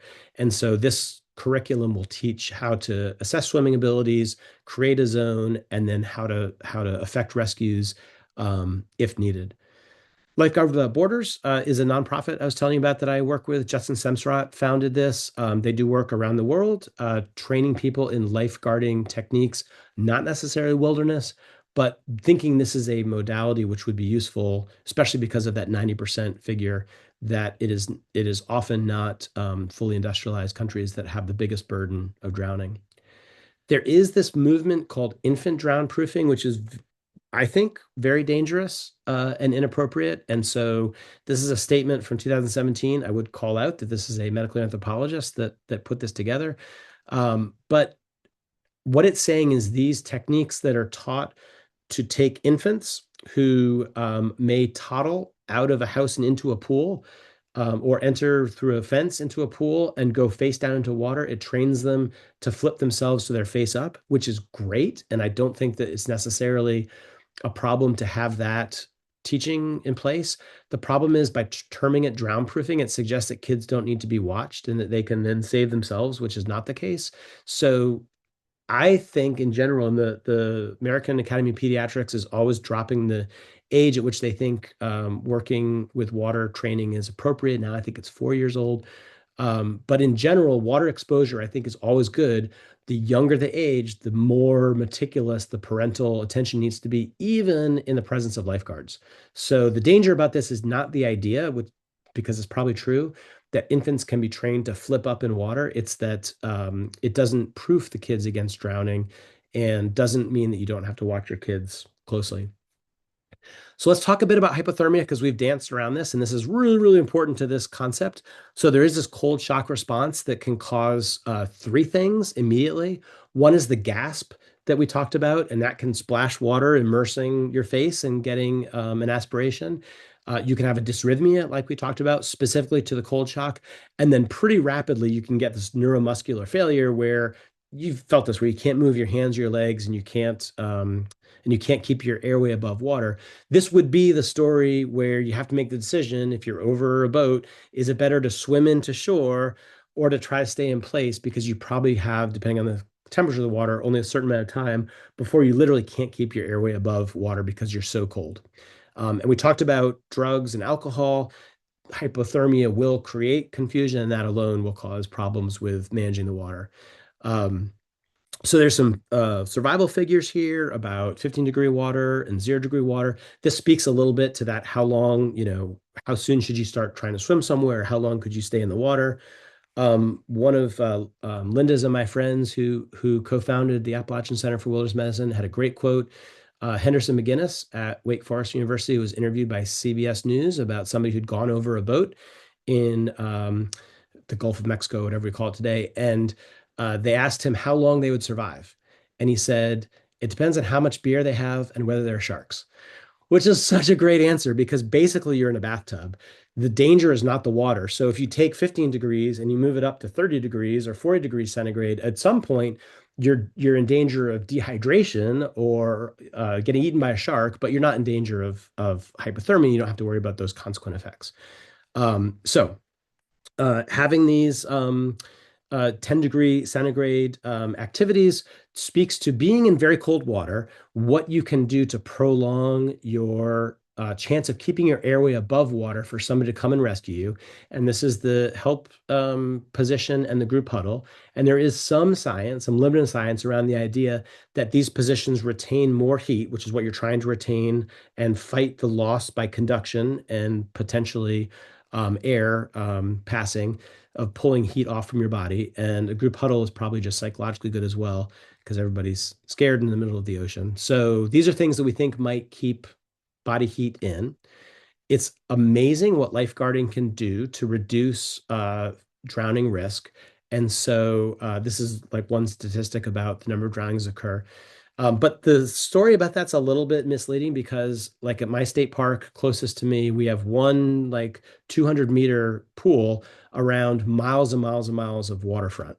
So people don't drown in that, regulated area, but we have tons of drownings, and they are in areas that are not guarded. You can't guard the whole place. So the public health effort then becomes trying to funnel people into spaces that are guarded and therefore safer.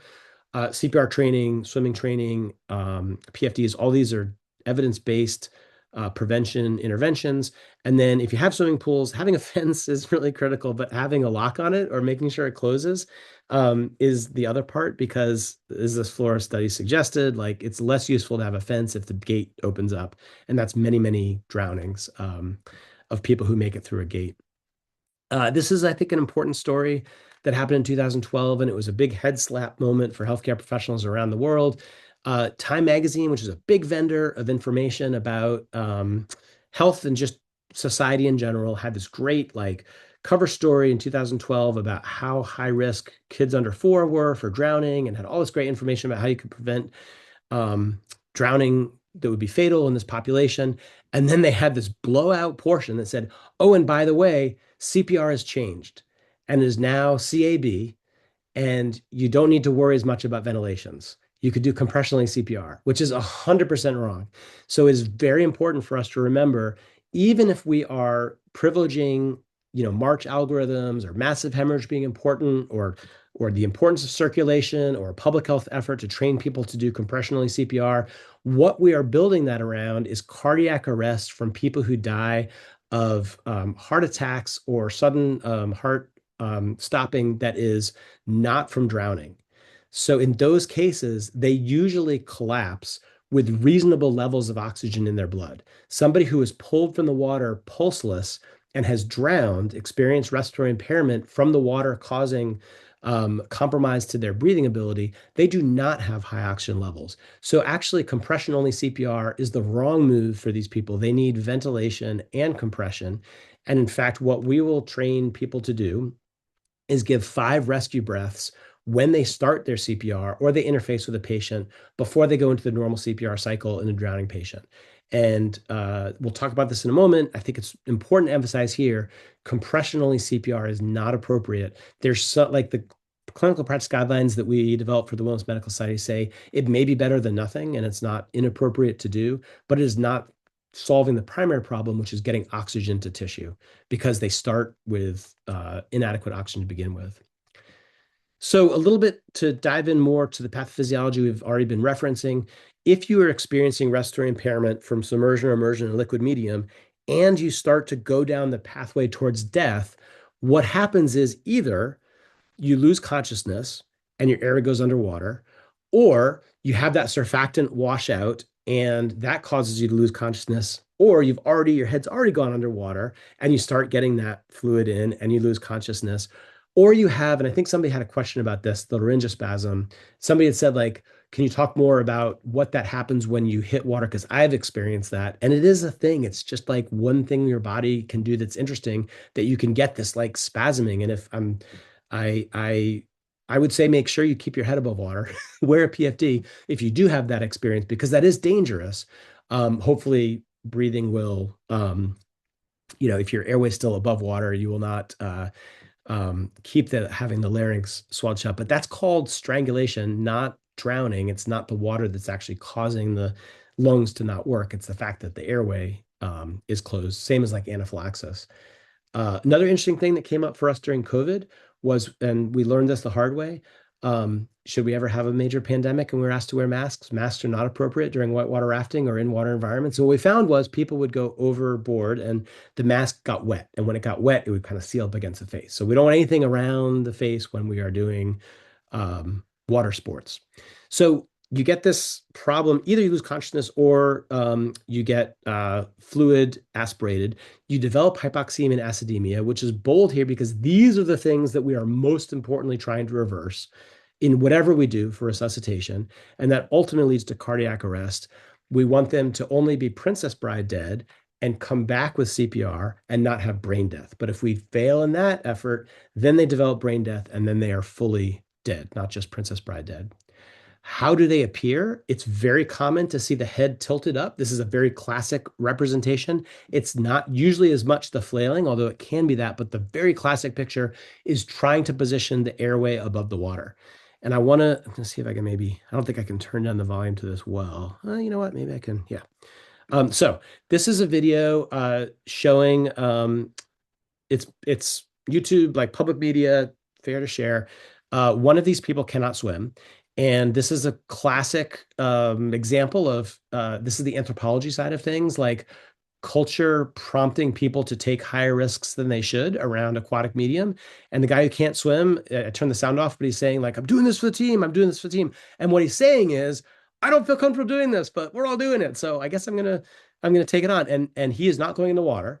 So you can also see he's really holding back. And when he does go in the water, you're going to see a very classic representation. This is a little bit more like the Hollywood drowning. So it will be not the best representation of like hidden, unexpected drowning. But what you see is he's trying to tilt his airway back to keep his head above water. And he's doing the stair-stepping mechanism where he's using anything he can to try to keep his head above water. And the really important thing here to see is that once his friends start to realize there's a problem, he will drown them. He will do anything he can to keep his airway above water, which includes pushing them down and using them as a ladder to keep his airway above water. It's utter panic and it overrides it's like amygdala hijack, and he is just trying to stay alive. If you see somebody like this is an extremely dangerous situation. So by this point, it's probably not unclear that he is, he may not have yet experienced respiratory impairment, but he will be very shortly. He needs a rescue. And his friends get him over to the side. But you can see at every step, he was trying to kill his friends, not because he disliked them, but because he needed to keep his airway above water. So very, very important presentation to see. But the other one really does appear like this: a sense of panic and the steady loss of forward motion and somebody becoming vertical in the water. And sometimes they won't flail like that. Sometimes they'll just have their head up, and there's a very classic look of panic in the eyes. And this is something that lifeguards are very particularly trained to look for. And they will go in and rescue somebody just with this look right here. So what is it that the drowning is causing? We've talked about injuries to the lungs and the fact that the lungs are pretty resistant to hypoxemia and acidemia in the bloodstream. The problem is they're the mediators of the issue because they are getting that surfactant washed out from those little alveoli, and that's why we're not getting oxygen into the body. What we really want to protect is the brain. And so that's why some of you who may have taken a break during our 8:30, 8:45 session may have missed me suggesting that drowning is a neurological emergency. And the reason is that many other organs can tolerate well hypoxemia and shock, but brains do not. So we have between 5 to 12 minutes to perfuse a brain before we get permanent damage to the brain cells. And that's why my argument would be it's a neurological emergency, and it's mediated in the most critical cases by first responders. This is why we need to be talking about this in EMS and wilderness medicine, first responder and first aid and layperson training, because this is not something that EMS is going to intervene on successfully in a system that has a classic 8 to 12 minute response time. Because by the time you've made the call, if the person isn't out of the water and if they are in cardiac arrest, isn't getting rescue breathing, it's game over. Doesn't matter what happens in the ED or the ICU. It's determined there at the side of the water or in the water. So in that sense, we're really talking about a rescue syndrome, and we want to make sure that they're out of the water, but we want to make sure people are trained to do that. We want to try to avoid going in the water ourselves. So many of you are familiar with the reach, throw, row, go / no go, like it's not safe. Helicopters are sometimes used in this. It's really not so much drowning rescue as like water rescue during floods when people are on roofs and things like that. And it may involve tons of specialized equipment, but if that's on site, that's well and good. But if this is somebody who like fell off a boat and went head underwater, they need to come out now by you and not be waiting for somebody with a wetsuit and a rigging system if you can do it safely. Important when we're talking about equipment, and we've mentioned that recently, to know what we can use. So unfortunately, the clamshell CPR masks that we often distribute are not safe around water because of the paper valve in them. And when that gets wet, it's actually kind of worse than nothing. So this is a Seal-Rite, which is not to sell any product. The only other one I know of is the Big Easy. So Seal-Rite and Big Easy are two products on the market. I mean, I'm psyched that we have cardiologists here and people who do, maybe respiratory therapists or people who do intensive kind of work on the cardiopulmonary system. This mask is kind of, when I show it to healthcare professionals and we use it, everyone's like, why don't we use this for everybody? It's doctor proof in the sense that doesn't have a, upside and downside, doesn't have that triangle around the nose. This just smears on the face. The donut hole goes over the donut hole. You can deal with trauma because it has this, this puffy portion, which can like adhere to faces that are atypical, either because they're trauma or because they're atypical faces. And it can handle all sorts of sizes. And this is what you would take in water. So if you're rescuing somebody, you're doing work around water, you want to have a mask like this. And again, I mentioned 5 rescue breaths is the teaching all throughout Europe. in the Wilderness Medical Society practice guidelines, and increasingly in agencies, although America, like in many ways, is a little bit slow to adopt this more European model, but it makes a ton of sense. And the idea is really, some places will say 3 rescue breaths, and it's a similar concept that we want to make sure there's 3 high quality breaths that go into somebody before you start CPR or other interventions. And if your first breath is not great because you're positioning them, and your last breath is not great because you're alone and you're starting to think about going down to do compressions, at least you're getting in 3 good breaths. But 5 rescue breaths is what we would promote as the standard. And in-water resuscitation is really controversial. So in the clinical practice guidelines, one evolution ago of like 2016, they were not recommended because we didn't think that the training was adequate to show that you could actually do rescue breathing for somebody in the water. It's very hard. Since then, we've gotten data that suggests this can actually be trained. And now you will often see lifeguards with their rescue tube, a mesh bag, and inside the mesh bag is one of these masks, which is safe in water. And they're now trained to go into water. If a patient is not breathing, they will give them 5 rescue breaths in the water and then begin to move towards shore. And we think about time to first breath, sort of like we think about time to needle, for those of you that are familiar with it in stroke. The problem is that their oxygen levels are low and they're hypoxemic, and this is resulting in acidemia. The earliest we can start getting oxygen into them, even if it's just priming for the CPR later that happens, the better off they do. So only if you're trained in it, but if you get training, it's now reasonable to provide rescue breaths in the water. And if you do a lot of lifeguarding or you do work around water a lot, it suggests you think about one of the training courses that would provide this service or this training. Is drowning traumatic or medical? This is a hotly debated topic, and most of us fall on the idea that this is a medical emergency because it matches most closely medical management in a medical situation.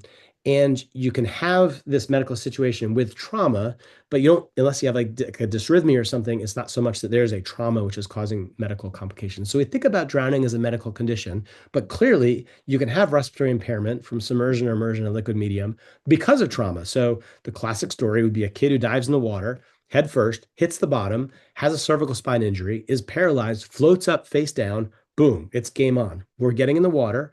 We're getting the airway above water, and wilderness swim safety and lifeguarding will teach techniques to be able to move the body from face down to face up in the water. You can assess situation.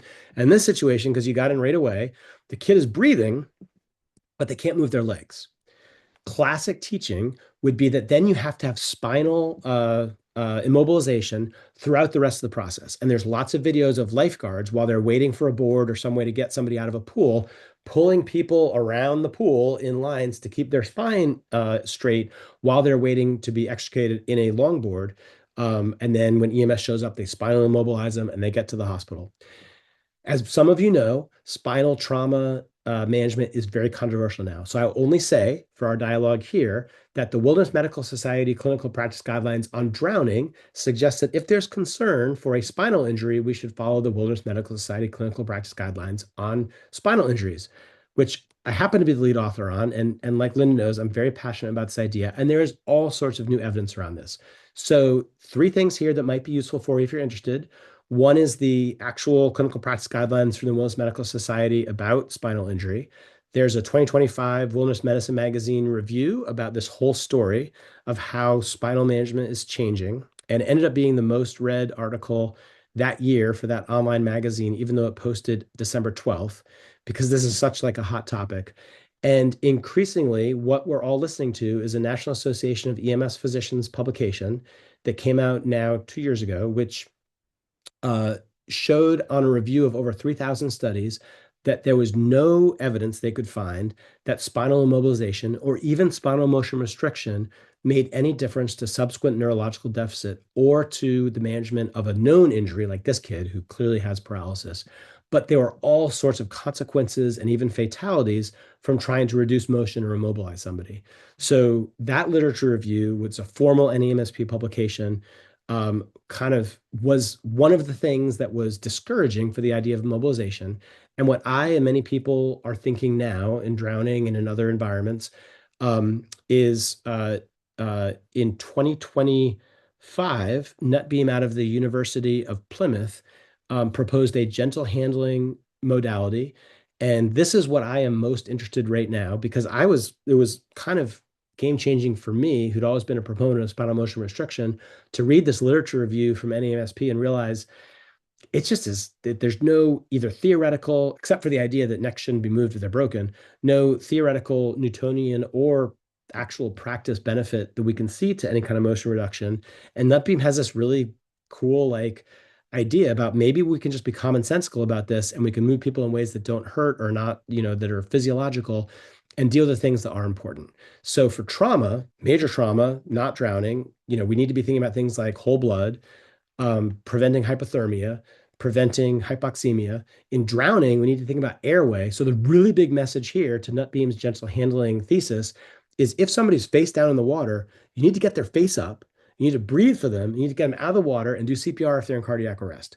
In fact, we can't show that the way that you handle them during that movement is going to make a difference to their outcome, either neurologically or, and it will actually potentially compromise it if you privilege the C-spine and think about like a CAB kind of approach over the airway or over breathing. So this is a more complicated topic than is simply for drowning. So I'll leave it at that.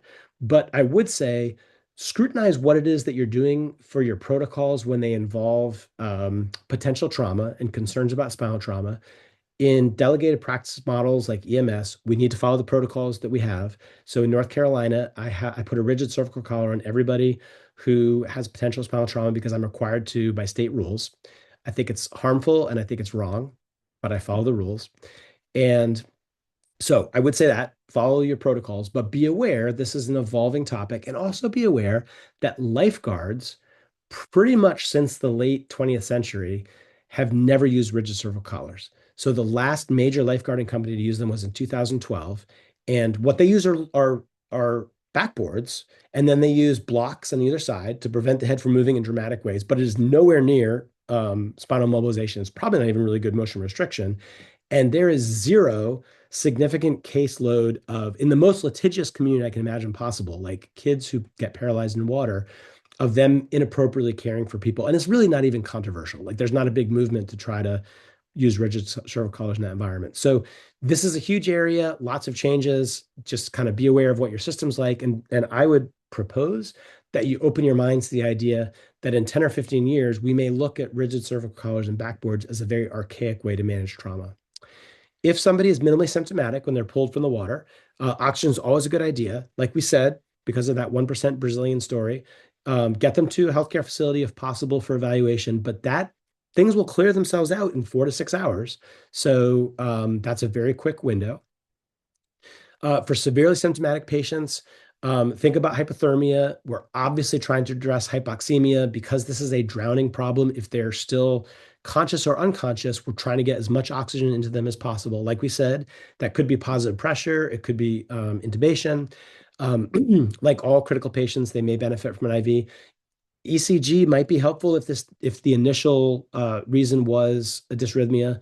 Another thing that might interest Dr. Goldblatt is prolonged QT syndrome is getting more attention in drowning cases, and there are cases of prolonged QT syndrome causing drownings, meaning it's not a drowning, but it is is causing a condition where then they go unconscious and they're not able to protect their airway and they get respiratory impairment. So there is some screening now around prolonged QT, and there's some interesting protocols around how people with prolonged QT syndrome should be treated in aquatic spaces, similar to how we think about seizure patients with epilepsy who should be allowed to be in water but need more attention, obviously, because that's a higher drowning risk. If they're in cardiopulmonary arrest, they need CPR as soon as possible. You can't do good compressions in water, so don't accept any products or try to do it. Boats would be okay if they have a hard surface. But now we're thinking maybe breathing is appropriate in water with in-water resuscitation. Other than that, 5 rescue breaths, and then maybe periodically, if it's a long extrication from the water, the priority is getting them to a place where we can do good CPR. And in fact, good CPR is the only prognostic indicator we can show for drowning, which has a benefit, is the quality of the CPR and how quickly it's done. So this is critical, that it be intervened early, that it be high quality, and that it include ventilations and compressions. So this is not an opportunity for compression-only CPR. And I think here you also see the Big Easy. So the Seal Right and the Big Easy are the kind of masks you want to think about to get a good seal. Clearly, if you don't have a mask, like all CPR, it's better to give them ventilations if possible. One difference in CPR that I think is really important for us to highlight is foam. So what this is as the water hits the surfactant is like soap. And if you think about soap interfacing with water, it creates this very foamy material. And again, this is from sort of public, it's a site called Lifeguards Love YouTube, and it's lifeguards who've pulled off videos of drowning incidents to learn from them. I will say this woman survived. So a couple things about that. One is that you can have a fatal drowning like this where she does not have a pulse and it can be reversed. But what I really want you to see is the foam that's coming out of her mouth. I'm not looking for a lot of other learning experiences except maybe what not to do, which is not to criticize the responders because obviously this is a horrible situation. But Heimlich maneuver is not important. This is doing a little bit more of like almost like abdominal thrusts. So you could see if he was doing contemporary, modern, what we think of as proper CPR, his hand position would be totally different. And the big thing that people like me look at and are just like, it's killing us is there's no rescue breathing. So this is not the intervention that I want you to see, it's the foam. So as you see her mouth, she's getting foam coming out. This can be really scary to see. And it can sometimes be thought of as a foreign body. And a lot of time gets spent sort of clearing away the foam, which is not necessary because, so there you see it with the compressions, there's some more of the foam coming out. Somebody's clearing it out, which is fine, but they really need to be breathing. And that can be breathed through. So like if there's fish or hot dogs or sea lions or not sea lions, sea monkeys, little things in the airway. Yeah, you do need to clear it out. I can say happily, and this is, why drownings are important to intervene on. She did survive this situation, which seems improbable from looking at it. And it's why the Princess Bride story is very true, that what the first responders are doing can make the difference between a fatal or non-fatal drowning. You can make a foaming mannequin. So this is like a cool tip for those of you that are in EMS or do any medical education. This link, and I think this is recorded, so maybe you can get it later too, but this website and this link teach you how to make a mannequin foam. And I would say these URLs I'm putting up that are Hawk Airy are just a bit.ly formulation, so I don't get any money or anything from this. It's just a quicker way to make the URL than putting the full one up. But this is like a med ed opportunity to construct foaming mannequins for education. And then I'd kind of wrap up talking about when we need to be careful about responder safety and when we don't want to be persisting with a resuscitation, which is not going to be feasible. So there are standards that we're all familiar with, or hopefully we're all familiar with, of obvious death, rigor mortis, decapitation, frozen torsos.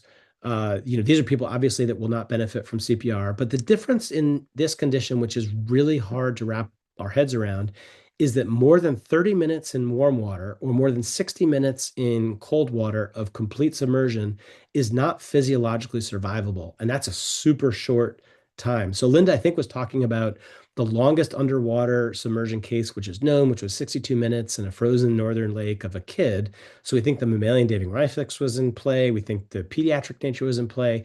62 minutes is obviously remarkable and publishable and extraordinary, but we don't want to be expecting the extraordinary if it's putting anybody at risk. So oftentimes protocols will say after 30 minutes of known submersion or 60 to 90 minutes of known submersion in warm or cold water, the cutoff of which is like 4 degrees centigrade or 40 degrees Fahrenheit, you want to convert it from a rescue to a recovery. If they're hypothermic, you do want to do that check for a minute of their pulse. And we do need to think about these sort of cold hypothermic. This is the paradox about hypothermia, is that if you're going to be in water, you don't want it to be cold. But if airway's going to go underwater and you're going to go unconscious, you do want it to be cold because we do think that there's this hypothermic benefit to recovery. But this is so quick. So I've had debates in the last 2 weeks with medical directors about dispatch protocols, about whether you go lights and sirens to something. And the anthropologist in me says lights and sirens is a really good thing because it shows that you're having an appropriate response to this fatal event. But we also know if you're getting there as EMS and you're arriving at the 20 or 30 minute mark and the person isn't even out of the water and their airway isn't out of the water, it's game over. So this is why this is a public health effort to train individuals at the waterfront and not necessarily a responding agency. So this is the summary from the Wellness Medical Society Clinical Practice Guidelines. It's ways that we can be reasonable about what would be physiologically feasible for a resuscitation. I had thought that we had made the last clause 30 minutes of CPR. I almost think there's maybe a discrepancy in the guidelines and the summary, but 25 to 30 minutes is what the Wilderness Medical Society would say is appropriate in a wilderness setting if you don't have rapid ALS expected and you're not seeing signs of life, to think you have a bunch of other patients, which are all the people experiencing this fatality, and you have potentially extrication and environmental management issues, but that is not somebody that you're going to necessarily get back. And that's an ethically reasonable point to stop. And then there's also this 30 minutes in cold water, 30 minutes in warm water, 60 to 90 minutes in cold water, which just reflects the fact of what the brain can tolerate of a low oxygen or hypoxemic environment. So again, to wrap up, there's some guideline links here. If you did want to look at the clinical practice guidelines from the Wellness Medical Society, which we've been talking about here, there's a URL on the left and then a QR code in the right. And what we do, so the clinical practice guidelines are peer-reviewed scientific publications with all the big Latinate words and endless references, and we defend everything we say with grades of evidence. That's sort of the scientific literature. But what we know is that really what we want to talk about drowning with is BLS and first responders and first aiders. So the drowning summary, the clinical practice guideline summary is really built at a BLS level. And that's the link below, which is like 2 pages, magazine style, says the same things, just without all the defense. That is what I had. And I would love to, that was really quick through the last part. So I'd love to see if we have questions about it. Yeah, so I'm seeing Joe Bennett say, I train whitewater rafting guides in CPR, and we're going to emphasize the 5 rescue breaths. And then at one point, Joe also had commented when you had a picture of one of these Swiftwater Rescue Technicians, roped, it appeared to be roped. And Joe had commented, dope, what a rope, question mark. So I don't know if you want to comment on just the rope piece of that. Yeah. So love the training whitewater rafting guides and 5 rescue breaths. Chris Davis is the first author of our clinical practice guidelines and a big rafter, and continues to work as a rafting guide, as other people do who are in that group. And we have lots and lots of videos of whitewater associated drownings and the resuscitation that happens there. And more we're seeing in water resuscitation, rapid extrication, and 5 rescue breaths, which we think is protective, and that's awesome. So if you take nothing away, maybe those things are useful. There was a quick question about TV shows. They're brought up on the beach and the person spits up water in like The Abyss, like that James Cameron movie, like, or anything where there's fighting, like they get CPR, they cough, and then they go back to shooting the bad guys or doing whatever. And yes, that is all showbiz. So you saw a real fatal drowning in that video, and that would be much more realistic that there would be foam. So before they're resuscitated and get a pulse, there will be copious foam. After you get back a pulse, there's almost always vomiting, more than 50%. And that is what they spit up. So be very prepared for vomiting, partly because for as much as there's this 2 to 3 milliliters of water that gets in the lungs and starts the fatal process, much more goes into the stomach. And so the vomiting is very common. So make sure you're prepared to put them in a recovery position. That whole spitting up water, there's just not a lot of water in this. The body's built to control water coming into the airway until they've died and things have equalized and the lungs can fill with water. What you're really seeing is a lot of water in the stomach. And so there's a lot of vomiting in it. And tell me about the rope question, Linda. So, no, just that in terms of, actually, we can let Joe talk about that, but from a rescue standpoint, is there risk of having a Swiftwater Rescue Technician on a rope in one of these rescue situations? Yes. So this gets into Swiftwater Rescue, and there are 2 things I would say about that. One is that almost every time, if you're putting somebody in the water and you're going to have live bait, we call it, and they're going to be interfacing with somebody who's drowning, you want them on a rope so that you can get them out of the situation, extricate them. When we do wilderness swim safety training, you always have flotation in that environment, which is not Swiftwater. And that flotation is something that you can bug out from and get to the patient. But the really important thing here is not to have anything ever in water that has like a locking carabiner, a knot that has to be untied. This is axiomatic for water rescue and water safety. And I will never forget that I was on the Orange County Rescue Squad in Chapel Hill in the 90s, the early 90s. And Bobby Green, who was a Green Beret, ran the agency, and he had a picture of Vermont State Highway Patrol officer who had a fatal drowning as a rescuer in a low head dam. And he'd gone over it to try to rescue somebody, and he got pinned by the water, and his rope was tied into his PFD. And because it was on his back, he couldn't get his hands around to get the rope off, and nobody could get in to cut it. And he had a fatal drowning because he got trapped by his own rope.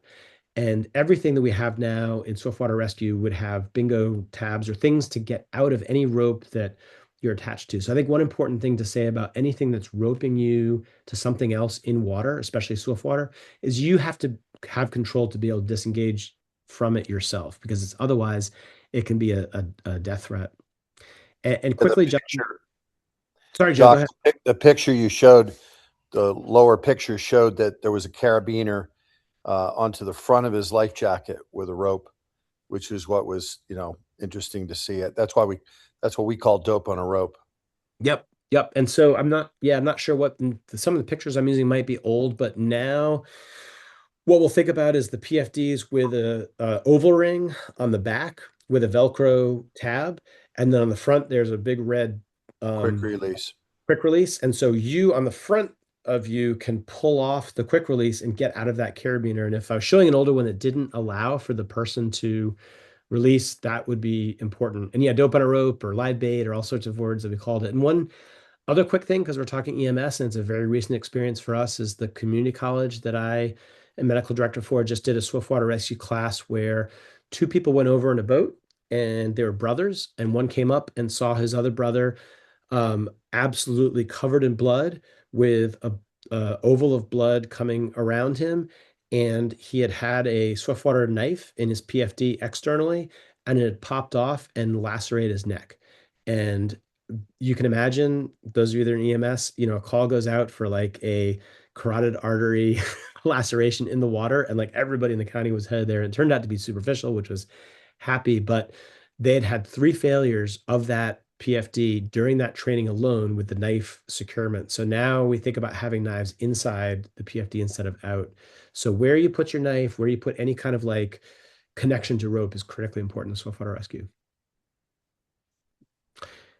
And John had asked about pulmonary edema post-immersion and why suction doesn't work. And so again, pulmonary edema, strictly speaking, is water coming out from the body, from the blood vessels into the lungs.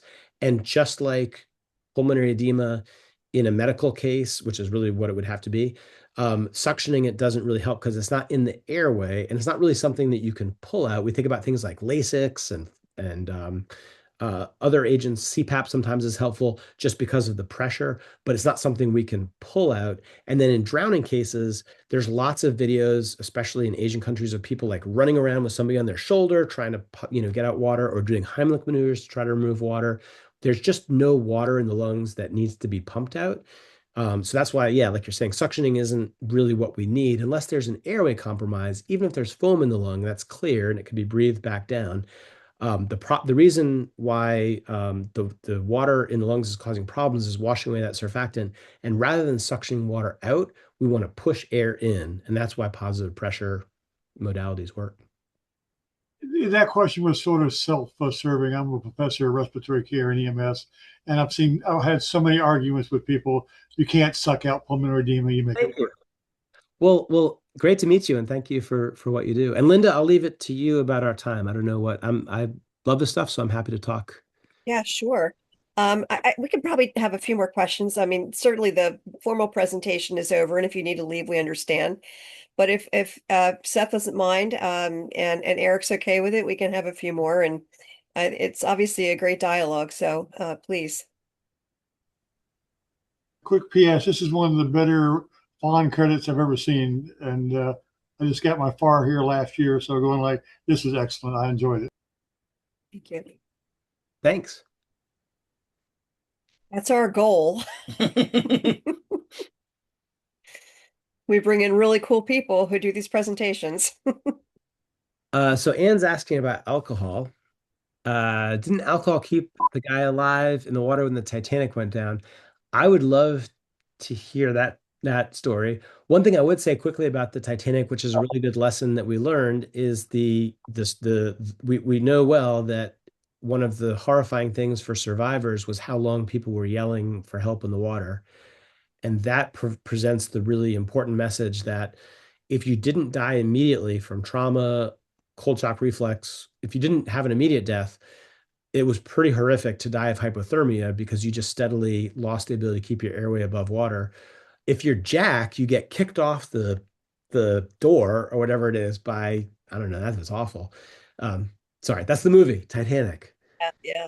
If you haven't seen it, I'm sorry, spoiler alert. But Anne, if you're still here, tell me about the alcohol. Seth, I I believe thought it's one of the guys, no, I thought one of the guys was like so heavily drinking that I don't know, he stayed awake the whole time. I remember reading this. I know it was in the movie, but I also remember reading it because I kind of like some of that stuff to read.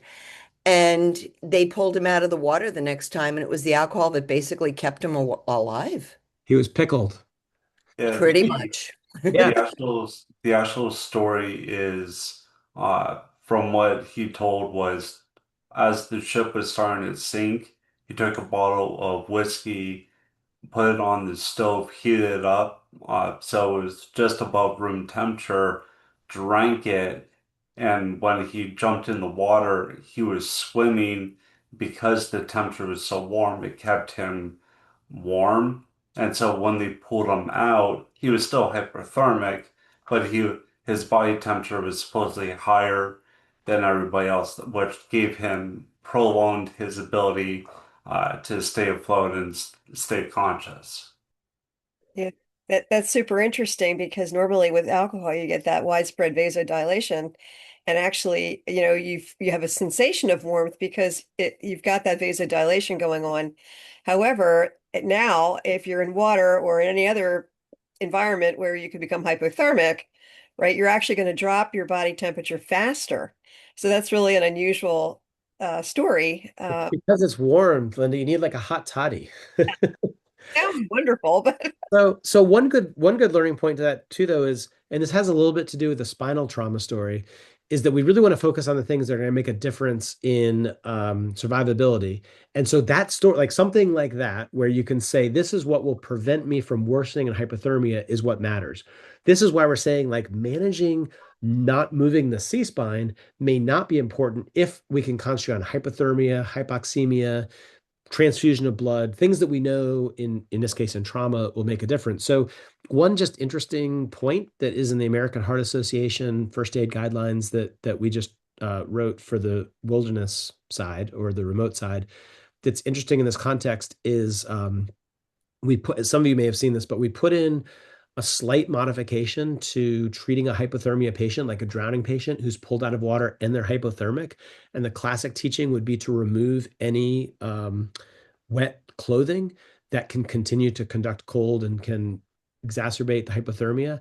And there's not great, but a little bit of evidence that if it's fleece, it actually may be more effective to warm the fleece because it warms quickly enough that then it becomes protective against worsening hypothermia.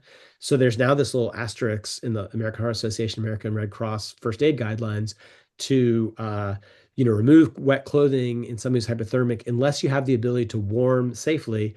Fleece or synthetic clothing, which may rapidly dry and then be warming. And clearly, if you have fleece you can replace it with, that would be better. But from our environment of a wilderness setting or ski patrol, that's an interesting element that if you pulled somebody out of a retaining lake and you were far away from something and they were in, fleece gear, it might be better to try warming them and warming that clothing than to remove it all and have a naked person in the winter in snow. So just an interesting thought. I can give you direct evidence for me for that one. Up here, there's a place called Big Pig Outdoor. He's a Smoky Mountain Ranger Rescue. He runs a wilderness survival. So one of his things is you got to go in this cold water pond, and because he wants you to experience cold water hypothermia. I'm in full fleece. I'm sitting there smiling for 30 minutes. Everybody else in the pond has to get out in 10. yeah, it does work because fleece doesn't get wet. But yeah, the old cotton kills. So in wilderness swim safety classes, we've taught this in Vermont and in Maine in water that was so cold that we almost couldn't teach. And yeah, so we have these students go in not in dry suits because you can't go underwater with them, but we have them wearing raincoats and fleece, and they do really well, and socks. And so it's a little bit turning on its head the idea that clothing conducts heat away. So I think that's interesting. And on that topic of survivability, drowning, and hypothermia, I mentioned Gordon Giesbrecht and dropping the cars into the lake. He's the thermophysiologist in Canada. He also is known as Dr. Popsicle because he loves doing research on cold. And look up on YouTube or on video platforms his teachings about skiing into ice water on a lake.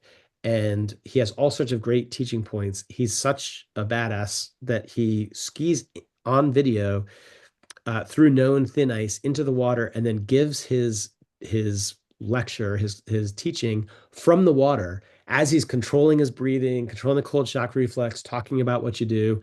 And it's too much to go into now. It's a great teaching, but it does deal with cold water, sudden exposure to cold water. If you are alone, this is not even rescue, and what techniques you can use to get out of the water, or even protect yourself in a way that if you pass out, people who do come to rescue you will likely find you not dead.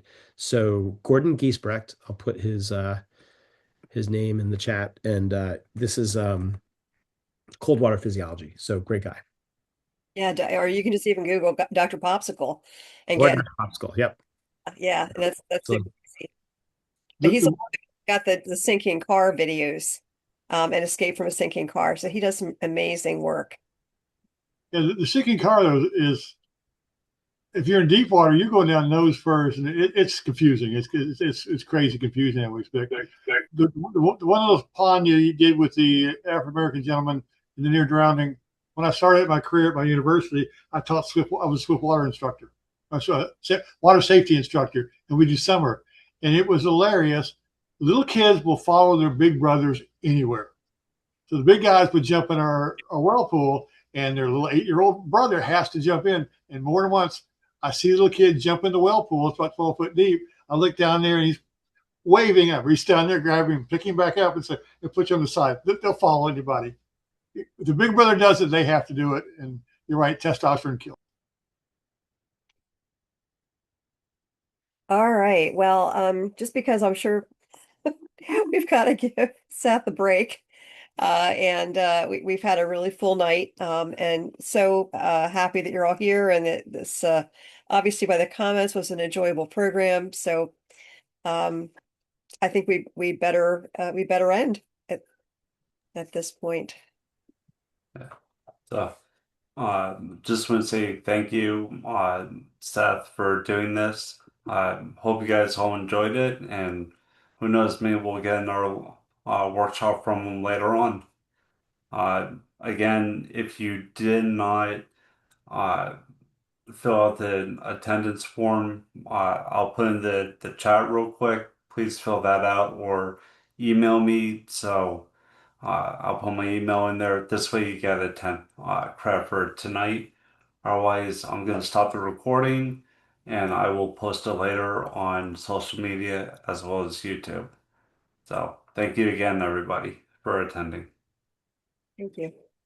Thank you so much, Seth. This was awesome.